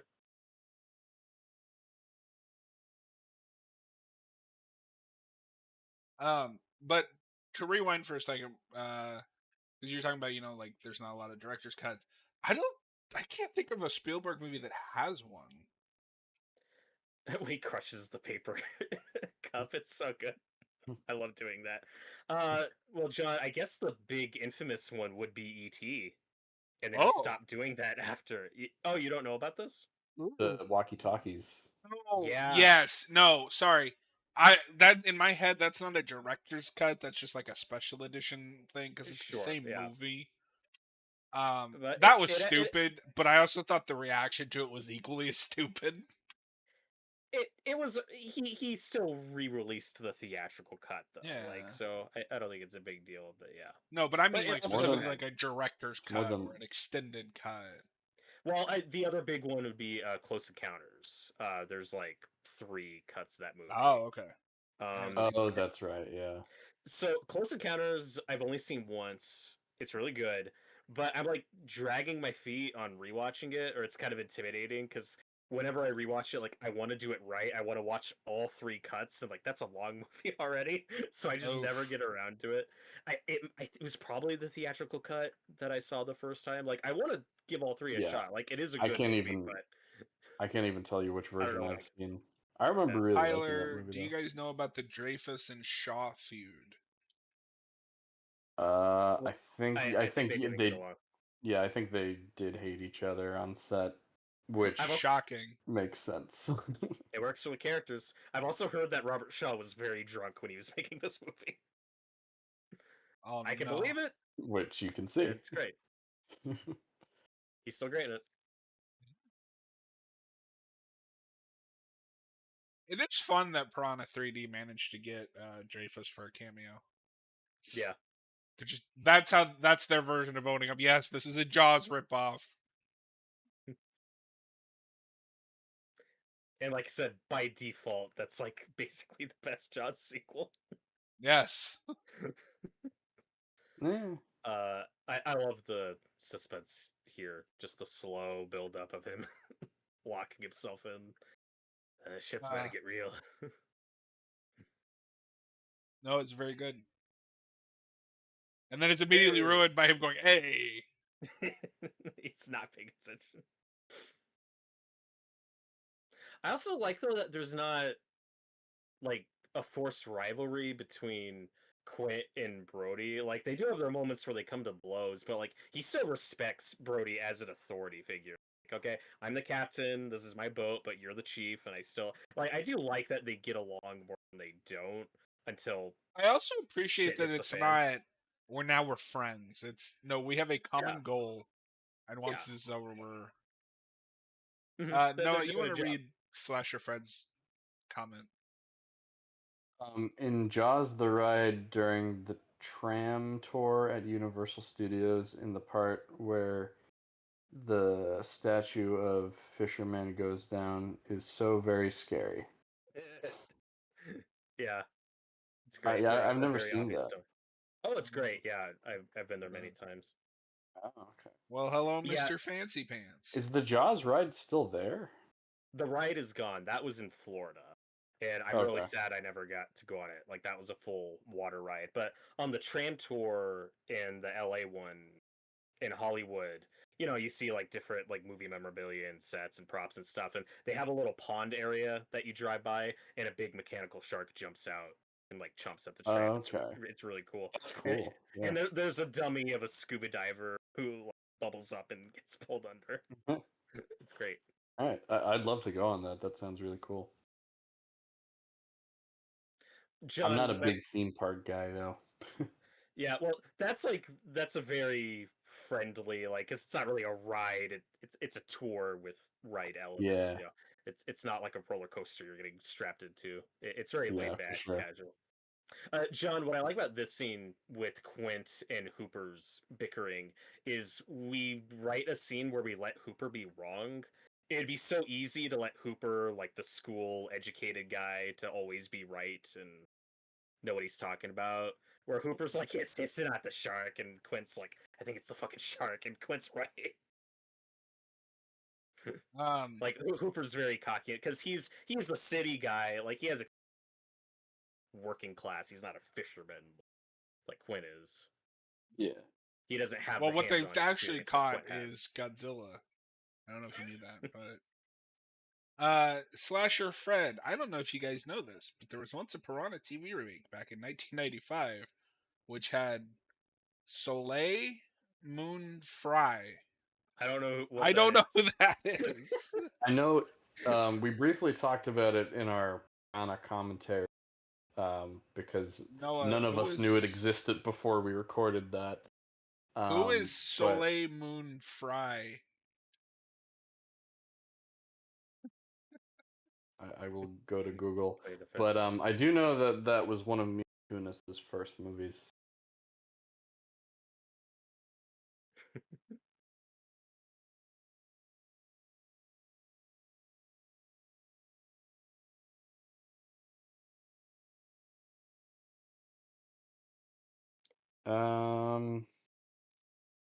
She's known for Punky Brewster, Kid 90, Sabrina the Teenage Witch. Who is she in Sabrina? Let's see.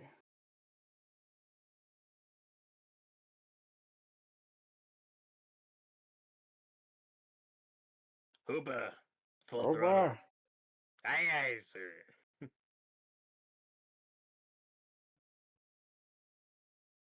She's Roxy King. I vaguely know that show. I've never seen it, so I don't know. I need to make an ASMR playlist edit of every time Robert Shaw and George C. Scott yell in movies. Isn't that like the Just like opposite of fall asleep to ASMR? that. Not to me. Hoopa.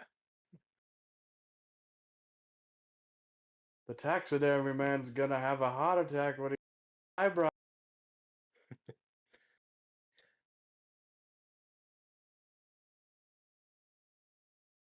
Oh, Slasher Fred just said that they were in Wes Craven's TV movie called Invitation to Hell. I've never heard of that one.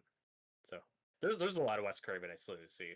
So I think last year I went through his filmography, except for one notable movie that I will not watch. Yeah. That one's not ringing a bell. That's also one of my favorite jump scares in the movie when the shark pops Yeah. up for a brief second. Tish to hell. You're gonna need a bigger boat. Bigger boat, the iconic line. And I don't know if that's improvised for him or written during the shoot, but not in the script. And it's really weird to imagine Yeah. without it. I want to say it's Did I improvised. watch this? I could I be don't wrong about that. recognize this. I mean, you may have missed some of the TV movies or some of his TV work. I don't know.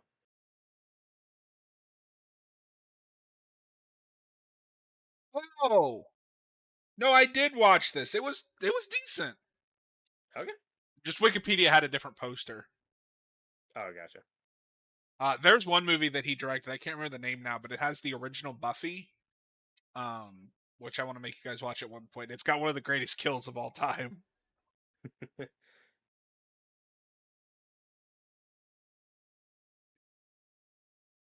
When are we gonna get Jaws versus Jurassic Park? Why not? Universal owns both. I guarantee you, when Spielberg dies, that gets announced. When are we getting Jurassic Park versus Fast and Furious? Just make it. Yeah. They finally need to make Jaws Jurassic Park. Noah, what are you doing? I am fixing something. I am amazed with 70s cameras and equipment that everything on the boat is as well shot as it is, and you get so much variety of different angles, perspectives. Yes. It's well documented how much of a nightmare it is well, and notoriously especially a nightmare. Like, the technical aspects of film, a lot of that goes over my head. I don't know enough about it. But just think of the 70s films I have seen. A lot of them are typically like one location movies. Dawn of the Dead. 95% of that movie takes place in a mall. Halloween, there's like 3 different sets and it's all in the small town. This is all over the place and it's impressive. The only thing I can think of that I've seen from the 70s that beats this in scope, and it isn't fair because they're doing different things, but it's Star Wars. Yeah. Draven, we got that scene in Jurassic World where the Mosasaurus eats the Great White. Oh, true. That's true. And then I don't remember, Robert, have you seen Zombie? I have not seen Zombie. I've seen parts of it, but I need to see. If you've ever wanted to see Jaws versus a zombie. That's true. Does that happen in Zombie? Yeah, a shark fights a zombie, dude. The movie's Oh, awesome. Yeah. Oh, yes, it's Deadly Friend. And so one of the big things I want to talk about this movie that everyone knows, it's very famous. It's the mechanical shark wouldn't work. They had lots of problems. What was supposed to be just a few weeks of shooting on the water turned into 2.5 months. Ooh. And John, I don't know if you know this, but this was supposed to be a December release of '74. And Robert, I'm gonna cut in for just a second. If the question is, John, I don't know if you know this about this movie, the answer is probably no. It's fine. But John does this channel to learn, everybody. It's some cases.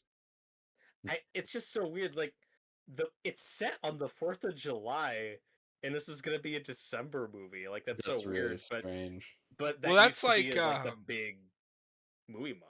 well, we still do that. Like, the fact that Nosferatu released in December and Terrifier 3 in October. Although Nosferatu is a Christmas movie. That is true. Yeah, but so is Terrifier 3. Yeah, no. That should have also come out in December. And then, so yeah, like because of that delay, this movie accidentally invents the summer blockbuster. And then Star Wars is the next one to do that, but still, like Superman is still December. Oh, okay. Rocky is December. That makes more sense. That Rocky's makes not a more sense. summer movie. Yeah. Some of the sequels are, but yeah.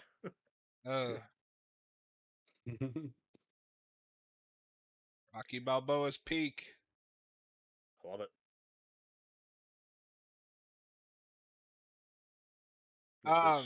And I'm glad you mentioned that about the water, because I did have some.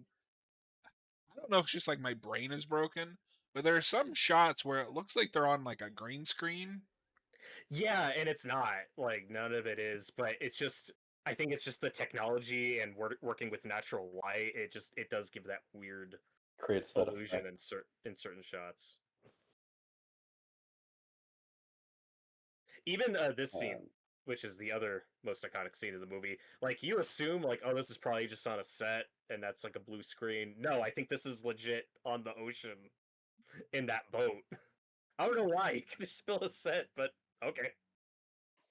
As a kid, my fish movie of choice was Free Willy.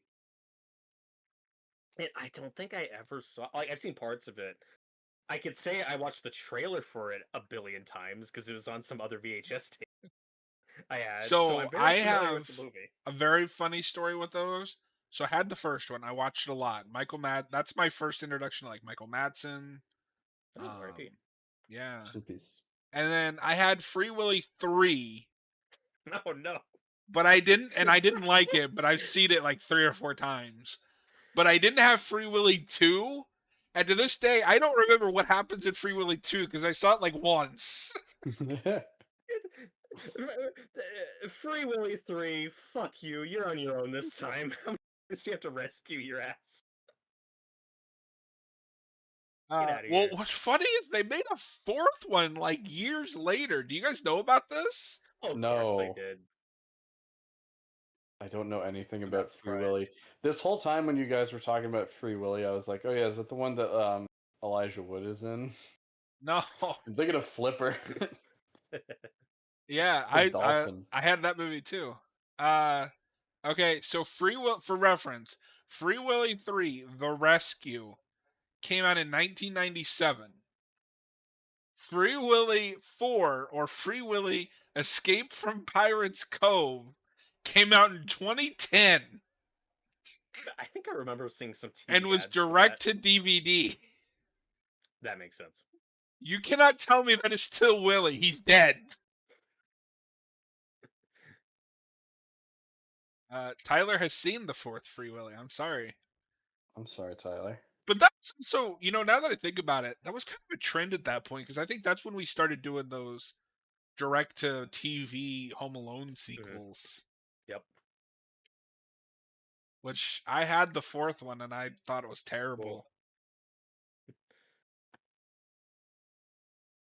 Cool. I'm not of the biggest what's his name, French Stewart fan, but he deserved better than that movie. Yeah, he's Inspector Gadget 2, Gadget, right? And I hated that movie as a kid. When I was a kid, I was like, who is this guy? Bring back Matthew Broderick. No, I had the same thing. Okay, so because I watched the first movie religiously as a kid, and I was so excited for the sequel because I wanted to see what happens next. And then 2 is like a soft reboot that kind of just like ignores everything. So like 6-year-old, 7-year-old, however me was like, what? But I want to see what happens. This is terrible. And then I go back and watch the first one when I'm older, probably 13 or 14. I'm like, oh god, this is also bad. Yeah. But I had the McDonald's toy. I don't know if you remember this because I'm a little bit older than you. Where Noah, do you know about this? No. They made a series of toys, and each toy was just like a piece of Inspector Gadget. and then you'd put them together, and it would form your own Inspector Gadget. Oh, okay. It was like this fucking big. Yeah, no, it was huge. Wow. But I also, more ambitious. imagine being more the kid effort that than they put opens their into those Happy now. Meal and it's an arm. Or Matthew Broderick's severed head. Which is in the movie. It's in the movie. John, I had a couple of those when I'm a kid, and then my mom buys like all of them on eBay for me. And I was so excited. I was like, oh my god, you could do that? It was so cool to get the full thing. So Noah, for context, when that movie was coming out, if you went to McDonald's and got like just the Happy Meal, you would open your Happy Meal and you would get one of these. Just one. Oh my god. So like you would you'd open it and you get like Matthew Broderick's head and chest, or a leg or an arm. What if you got multiple of one thing? You couldn't build. Yep. The whole. Well, that was the trap. Then you had to keep going back. That's devious. So, this is the iconic scene where Quint has the speech where he talks about, I first met the shark when he was 6 years old. He had the blackest eyes, the devil's eyes. For 15 years, I tried to help him, and then for 15 years, I tried to keep him locked up because I knew what was behind those eyes was pure and simply evil. Tyler says Free Willy 4 has Steve Irwin's daughter in it. That's cool. You guys remember at the end of this movie where Quint goes, I shot that shark 6 times. I shot him in the eye. Noah, those are his dying words. I shot him 6 times. No, this is one of my favorite monologues ever. It's so well written and acted. And I think this is how I'm sure it is how a lot of people even first hear about the Indianapolis tragedy. Like, I don't think this was super well known, by the public. Certainly how I first heard about it. Well, and Robert, I have to say, when you said that poster, I had a moment where it didn't click, because obviously Indianapolis is the capital of the state I live in. So I just saw that, I was like, what? Oh, it's a boat! Yeah. It's a boat with a weird name. It's a boat. Yeah. No, and it, like, God, like, when that boat sank, I think it had, like, 1,100 crewmen, and only 300 You were going to say 11 crewmen. I was like, damn, that's impressive. And no, that is shad. That is sad. That is shad. Yeah. It's horrible. I don't want to hear it, Mr. What was it you said? The Great Virgin or whatever? the Superior Virgins. Yeah. I don't remember saying that. I think you made that up. Roll back the footage. So, also, after this movie comes out and is a huge hit, and Universal's on Spielberg, like, hey, let's make a sequel. What do you got? Let's do another one. Spielberg's idea was to make a prequel to this about Quint and the Indianapolis tragedy. That's what Spielberg wanted to make. And Universal's like, nah, we just kind of want to make a sequel that's the same movie. And then Spielberg was like, I'm out. I think someone in chat mentioned that earlier, that they wish that Jaws 2 was just the prequel. It's so funny to me because okay, so it's funny to me that studios for 40 years have done the same thing where it's like, well, this guy made us like a butt ton of money. I'm sure his next idea won't also make a lot of money.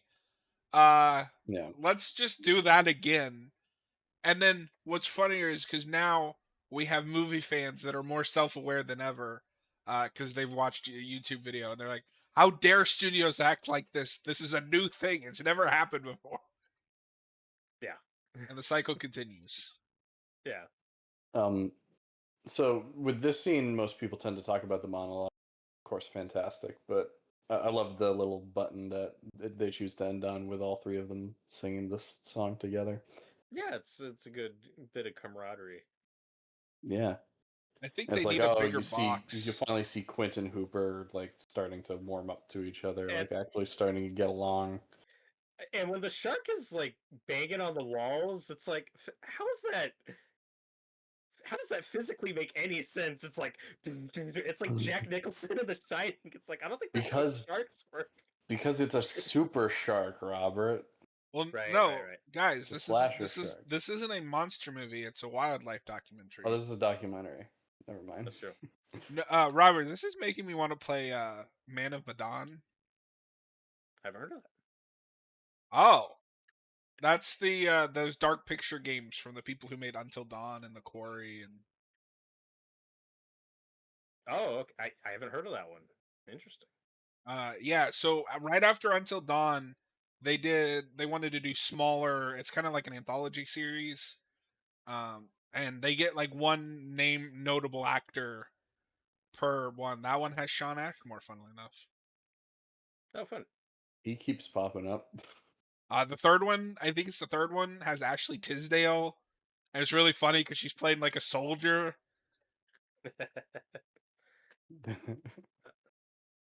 and they're You mean co-op. Scary Movie 5 star Ashley Tisdale? Yeah. Oh no. The other thing I wanted to mention though with Spielberg's idea, I think back then that would have been cool, but now that it's 50 years later, I think the definitive movie about the Indianapolis has yet to be made. At this point, That's I not don't need true. that. There is the Nicolas Cage one, which I've not seen. It's probably great, but It's probably a flawless masterpiece. it looked very cheap, is all I know. But now, like, I don't need that to be a Jaws movie. Like, I don't know. I feel like we're definitely more sensitive about like biopics and stuff now. Where the idea of telling that story, but with the John Williams music and stuff, I think could come off as kind of distasteful. It doesn't need to be a Jaws movie. Just make a movie about that event and do it well with a big budget. But it is something I'd like to see. But it is a fucked up, horrifying story. Absolutely. That's why I would prefer to have it not have any connection to Jaws. Mm-hmm.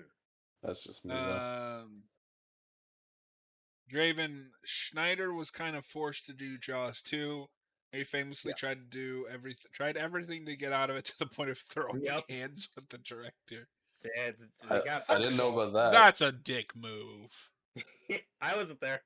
I didn't know about that. That's crazy. Okay, but like the director's not the one forcing a sequel to come out. Come on. Yeah. No, Schneider could be difficult to work. No, there's more to that story, John. I feel like. Okay. I mean, maybe. I mean, I don't know. I don't even know. Assuming. I mean, to be fair to Schneider, Jaws 2 is the most boring movie ever made. So. Oh my god. It's a shock. Hey Noah, you know what this has over Jaws 2? What's that?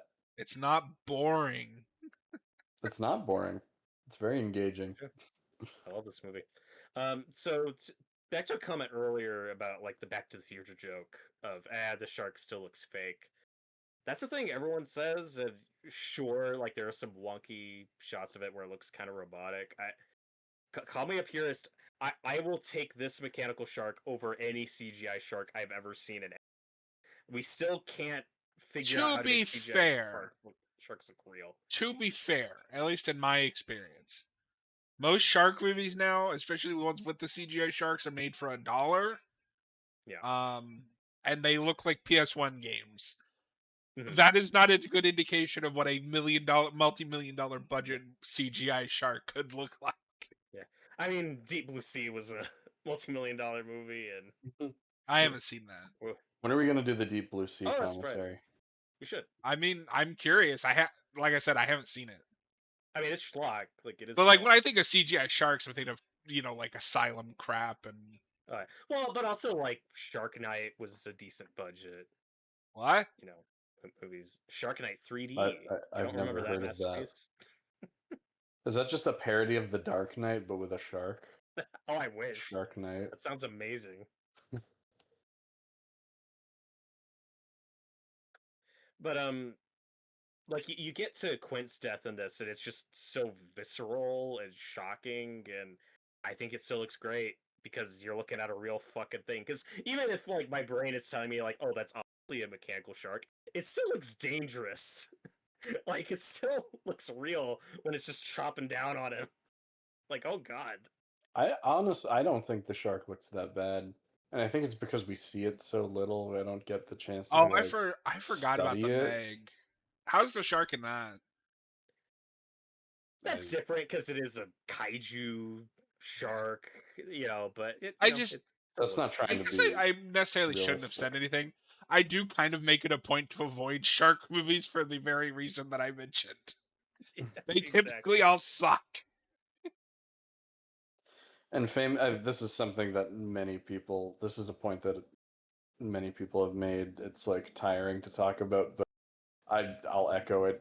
The fact that the shark didn't work properly is to the movie's benefit. Um, for stuff like this, where we can see the barrel moving, and that signifies to us that's where the shark is. And I think Yeah. just like the tension is made so much better when we can't see it. There is something to be said for these older movies where if something went wrong, you had to work around it. It's not we could fix it in post. Yeah, Yeah, exactly. Which I think is the the detriment current. to many movies. Well, and Noah, to kind of expand on that point, because that is a thing I wanted to dive into. It's like that is the myth of this movie of, oh, the shark didn't work and that made it a good movie. It's a little overblown because if you actually look at the shooting history of this movie, uh, Noah, the first half, they were actually really smart about this. Basically, the first half of the shoot was the first half of the movie, all the land scenes. Yeah. They kind of shot the movie in order and then saved the ocean stuff for the end, which they expected to just be a few weeks. It's 2.5 months. But Oh boy. I just say that if the mechanical shark had worked smoothly, 2/3 of this movie are the same, and it's still a good movie. But I agree with you that the Oh yeah. problems and workarounds are to its benefit. But there is kind of a Yeah. myth or picture people have of, oh, you were probably supposed to see the mechanical shark all throughout the movie. That's not No, true. The idea and of it that's not not being really the what same. I mean. Yeah, No, yeah, But because I yeah. mean, Yeah. even especially in the late '70s, early '80s, the rule was don't tell or don't show, tell or describe. You save the reveal. And while Alien was pitched as Jaws in space, where Yeah. part of the point is you don't see it a lot. It's in the Um, shadows. this movie would be better if it had a scene like the Happy Birthday scene, where the shark just went. "Eh." The shark it has hands now. Yeah. I mean, that would be No, terrifying. that is the biggest disappointment about Piranha 3D not getting a sequel. I want to see those little fucking piranhas with legs. They go, yeah. Oh. Yeah. I mean, the Happy Birthday shot is one of the greatest shots in all of cinema. So I love it.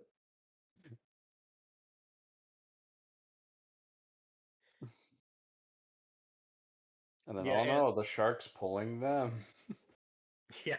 No, and and the stunts obviously are we great. have to talk about the greatest shark in all of cinema, King Shark. And You dumb friends. Hungry. Nom nom. and Noah, one of the stories behind this movie, at least from the perspective of people who don't like Spielberg, it's some people give a lot of the credit to Verna Fields, the editor, for cutting a lot of the shark stuff out of the movie because it looked bad. Again, that's not giving Spielberg enough credit because a lot of that stuff is changed and Yeah. decided on while they're making the movie. What's actually probably happened is a lot of the footage cutting out was probably the real life shark footage that was shot by a different team. That you see a little bit in the third act of this movie. They ended up using very. Okay, yeah. There are a few shots of a great white underwater. So it is possible that the original idea was you were supposed to see a lot more underwater shots of it, and then it Yeah. may have been decided later, no, let's keep it entirely POV. Yeah. But stuff like with the two guys is, just like it is in the movie. Slasher Fred, exactly like I said before, not seeing the shark is very similar to how when we were younger, Fear of the Dark, it created the image of the boogeyman. Yeah, but I mean Yeah. that's tales close as old as time. You fear what you can't see, Mhm. or a fear of the unknown. Oh my god, he's got a That's machete. that is one thing in some of the Friday movies. I think the editing is to its advantage. Like the sleeping bag kill, I think is better because they had to trim it down where it's just one hit, she's dead. Mhm. It shows you how powerful he is, how unstoppable he is. Even like the shower scene in Psycho, how that's edited, and you don't really see any blood. Mhm. Or how it's in the remake and there's weird like spliced in footage. Yeah, the improved version, yes. Yeah.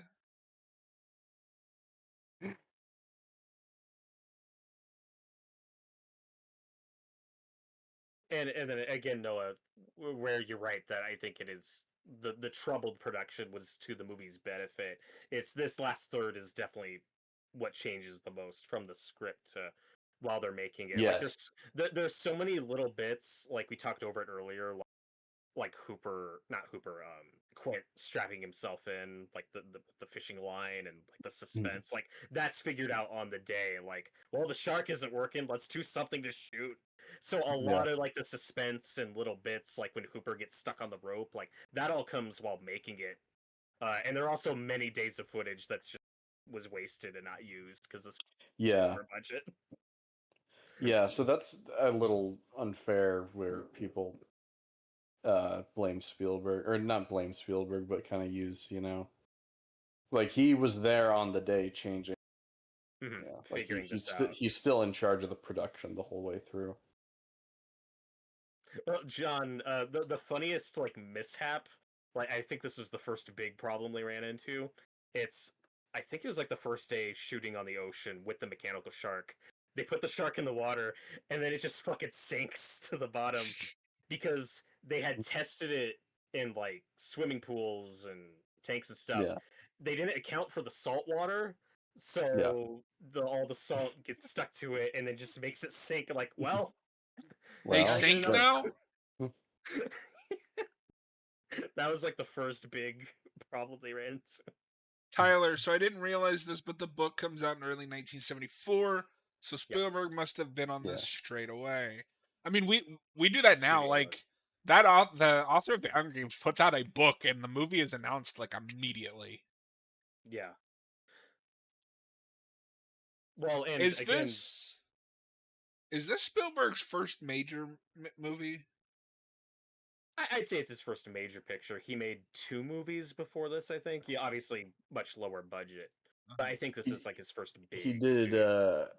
he did a movie called Duel, which is basically Jaws with a truck. Oh, But peak. that's a TV, and But that's a that was a TV TV movie movie, originally. right? Yeah, that I Duel's think great. is. I think that's an episode of that Amazing Stories show, or maybe that's somewhere connected to that. I think it's a part of some sort of anthology. Um, but Okay, and yeah, then that's like his first feature-length movie, I think. okay.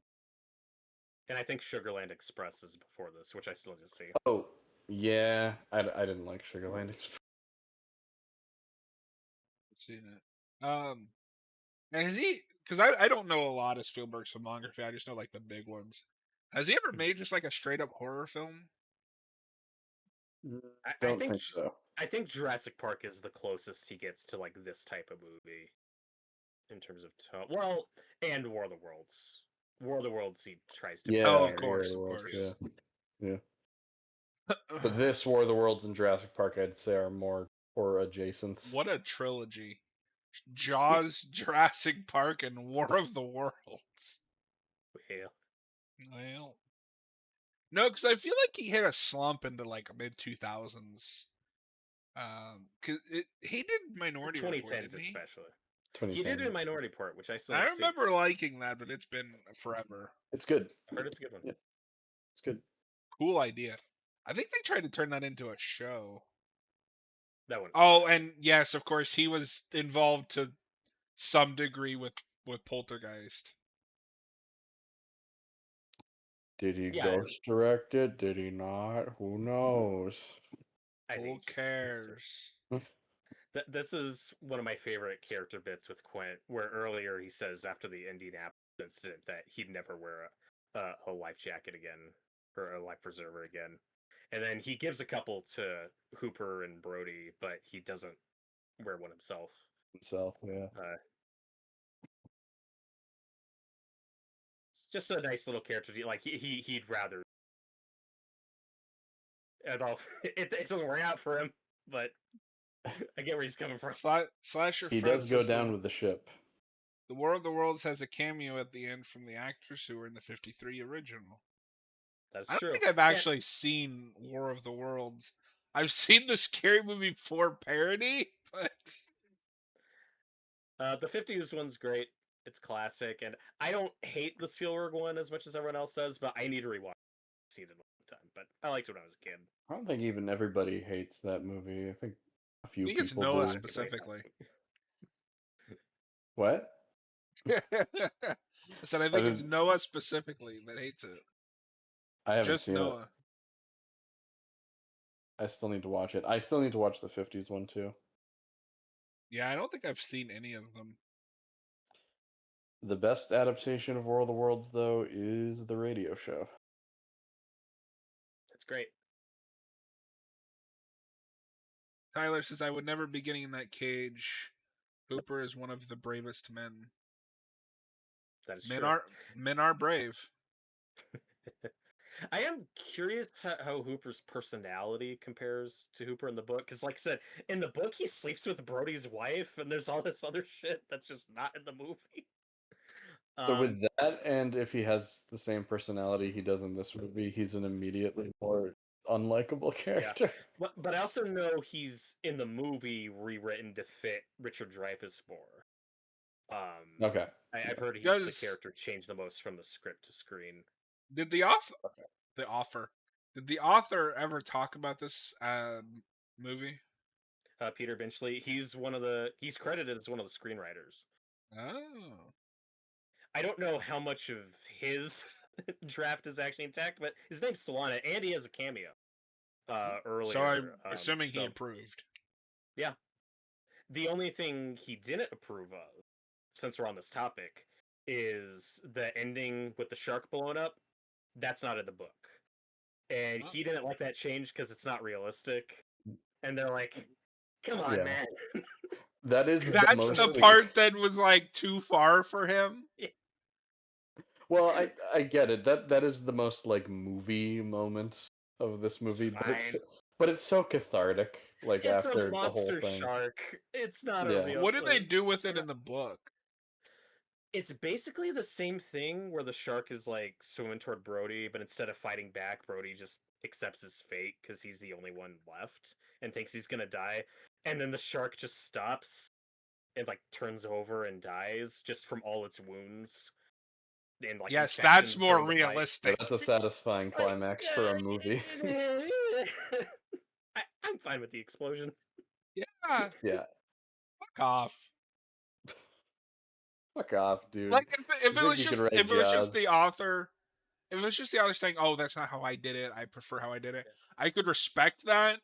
But to be like, "That's not realistic," fuck off. Yeah, I think he still liked the movie though. I think it's just that bit. Yeah. This music is so good. This whole scene's amazing. If you can't believe it, that John Williams guy, he can make music. It's one of those bits where you can critique how like the real shark footage like doesn't match the mechanical shark, but I think it's fine. I think they're pretty well integrated. It adds to the charm. Mm-hmm. And the shots where it's just like blank blue water with like the shark's shadow in the distance, like fucking terrifying. I really like this jump scare coming up too, where you see the shark enter the frame before you hear the loud noise. Yeah, motherfucker. So when they're shooting this bit with the real shark, you can see it right there. They do have like a prop cage that they were trying to get a real shark to fight for some shots, and there's a part where the shark gets tangled up in the cage and is like twisting and flipping around in it, but they forgot to have the stunt guy in there, so there's no guy in the cage. But when they got the footage back, Spielberg was like, "Oh man, that's so great! I have to put it in the movie." So originally during the sequence, like the book, Hooper's supposed to die in this. Hooper gets eaten by the shark here. But because they had that footage of a real shark tangled up in that prop cage, they rewrote the scene to have Hooper escape to not fuck up the continuity. So somebody has a quote about, so like, thanks to that real shark in Australia or whatever, Hooper lives. Like, a real shark rewrote this movie. That's amazing. I didn't know that. That's cool. And it was also, I think, a change made during production of like, we really like let's this is a good excuse for that. Because I was thinking about this on my most recent rewatch. Is it there it is? too? Here you can tell that's a real shark. There it is. Yeah. Is it too like hopeful or like kind of like did Hooper need to die or did he need? And I'm glad that he died. So I'm glad that they made that change. Speaking of Jurassic Park again, he's the Ian Malcolm of this movie, right? Ian Malcolm dies in the book, but in the movie they're like, he's great. Let's let him live. Let's let him live. Well, and I do wonder if there was already talks of like maybe he's the sequel.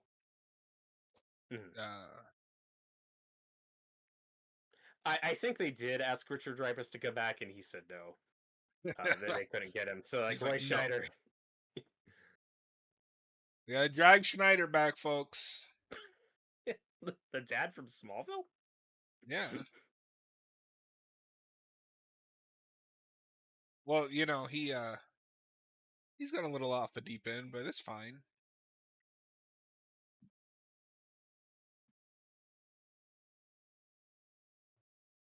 Oh, Robert, he's one of them.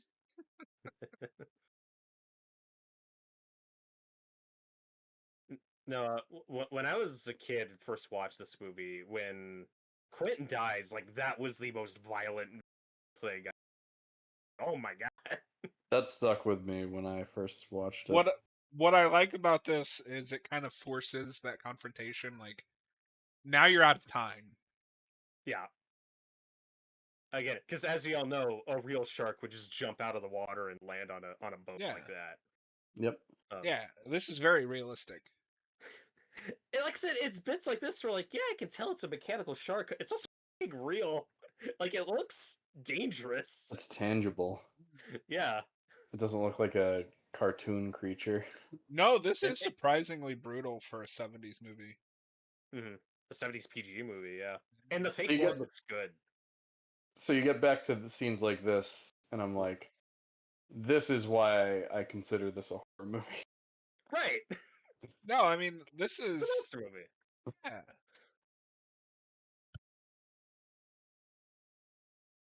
Is this any less of a horror movie than something like Creature from the Black Lagoon? Like, horror movies come in all shapes and sizes and tones. Absolutely. And yeah, Draven, yeah, this is PG. Superman was also released in the 70s. That's way less violent than this. That's PG. So Star Wars. What was his name? Hooper? Star Wars. He lived... Where's he at? He was just hiding. He hid. Yeah, he hid. He's like, I'm done for this movie. Yeah. I mean, what are you? Like, he's hiding away from the scary shark. That's the only, like, kind of nitpick you could throw at this climax is, it doesn't really get... Like, why doesn't he pop up? Like, right here.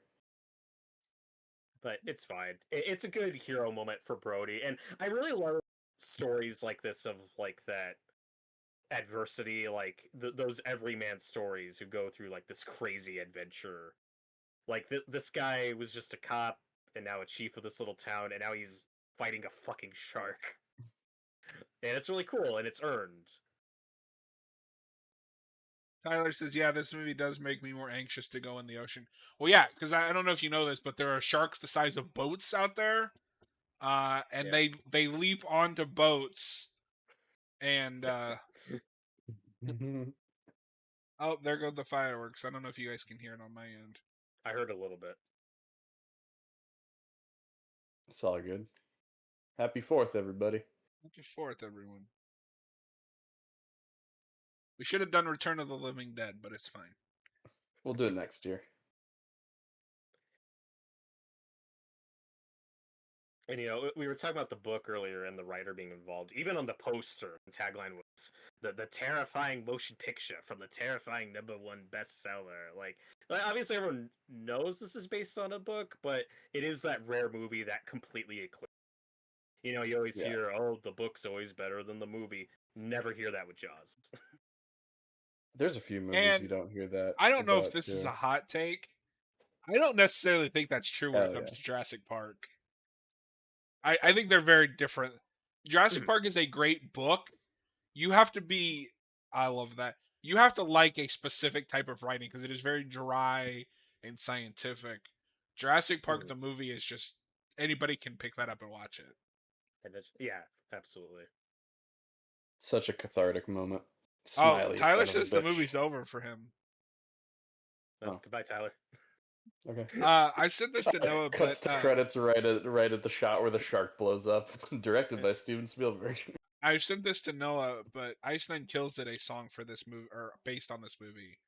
Oh, cool. Yeah. And they do the "You Son of a Bitch" right before it goes into the breakdown, and the breakdown is a metal version of the Jaws theme.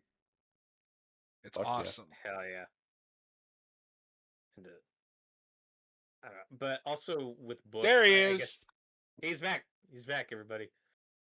Psycho's like the other big one I think of, where that movie comes out a year after that book comes out, and like no one talks about the Psycho book. People just remember the movie.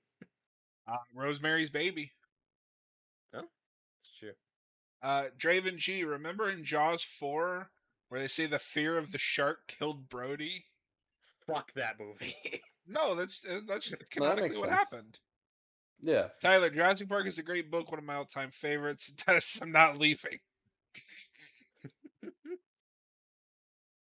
can't make him leave. I mean, it is a great book, but like, it's more niche. The movie softens those rough edges because the first like I don't know, maybe third is all real scientific and like gets into how the dinosaurs are made. The movie condenses and moves on. The book also has a really scary, unnerving scene early on that you will never see in a Jurassic World movie. Which one? It's the one with the baby. Oh I don't yeah, remember if don't it's the compies, raptors? but it's raptors or compies. But yeah, it's fucked up. Peacock's like, would you That's like to Jaws, watch everybody. Jaws 2? No, I would Yeah. not. No. Well, All nighter. that'll be in Jaws Jurassic marathon. World. What are we on now? 8?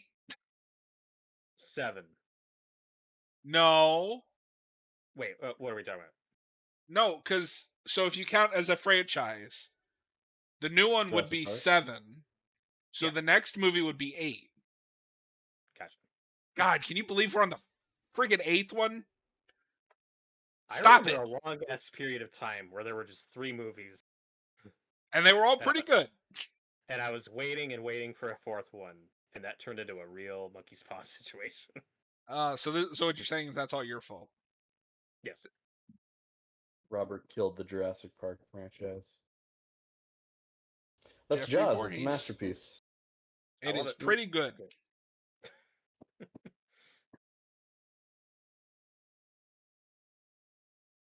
So yeah, happy 50th anniversary to this movie. One of my favorites of all time. I was like, Love I it. think. Oh, now Peacock is trying to get me to watch Wicked. No! I'm not watching a 3-hour musical about Wizard of Oz. Fuck off. Yeah. Draven, doesn't the book end with the island getting nuked? No, they set it on fire. Yeah, it's like a scorched earth thing. That sounds familiar. Yeah. Which, then the next book's like, it doesn't matter, there's a second island. Yeah. Oh, and Ian didn't actually die. That's the most unrealistic thing about that Lost World book, is he's walking around that island with a fucking cane and limping. Dinosaur gonna eat him. And he wants to be there. Yeah, why? He doesn't want to leave. Tyler, what killed the dinosaurs? Robert Wilde. Oh, Shoot. you son of a bitch.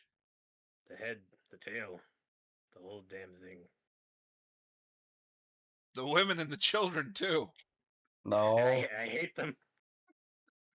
he was quoting this movie. Yeah, and then I quoted a better movie. Oh, don't say that. Oh. Join us next week for Attack of the Clones commentary. It's horror, Oh, Jason. God. I might fall asleep. That movie's so It's boring. pretty scary. All right, Robert, would you like to remind everyone what we were doing next week? Because I believe it is your pick for He Made Me Watch ish. Yeah, so next week I am making these guys watch the original When a Stranger Calls. We're just going to review that. That's not going to be a commentary.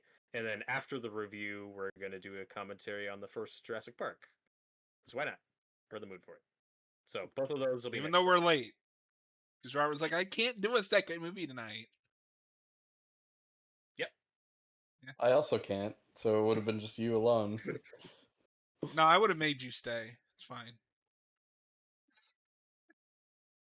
So yes, and then the week after that, we are getting back to our original and remake with 13 Ghosts. And neither of you have seen that remake, right? I've seen the remake, but not the original. Okay, and then you just haven't seen the remake? Or you haven't seen either one? No, I've seen the original 13 Ghosts. Yeah. Oh. Okay. Interesting. Wild. I think you're the only person I've met that has seen the original but not the remake. I saw it a long time ago too. Okay. Yeah, I haven't seen the original. I'm pretty sure very different. Yeah. I am nervous to watch the original again. I loved it as a kid or as like a teenager.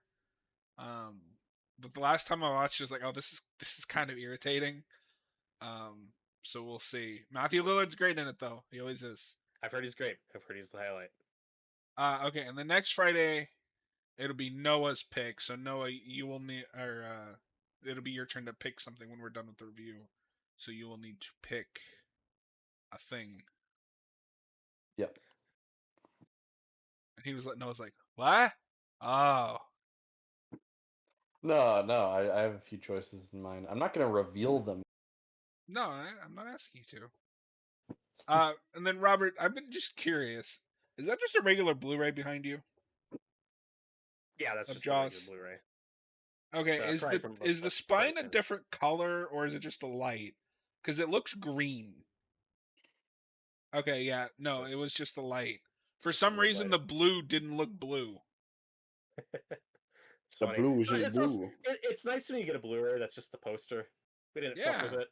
Just give it a weird design. No, it's just Jaws. And also, behind me, I have my vintage Jaws cup, which is pretty cool. Nice.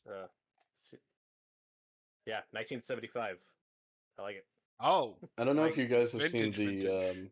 The new steelbook for the new 4K of this, but they kind of did. They kind of did fuck with the cover of it, and it's They typically do on steelbooks. It's kind of a what did they do? Generic poster. It's a really bad looking, like cluttered poster. It's like it's going for like a Drew Struzan vibe, but it's not Drew Struzan. It's just a bunch of floating heads slapped together. Yeah. I like this. Like, this isn't exactly the original art that they had for the first 4K release, but it's simplistic. It's, it's just the shark head from the poster. Oh God. Yeah. This looks like a Sony release. Have you guys ever seen the Sony, the regular Ghostbusters 4K? I'm trying to remember what the cover of that looks like. Yeah, I don't recall. I'll send it. I thought it was just the logo. No. I'm talking about just the regular, like, standard release. Hold on.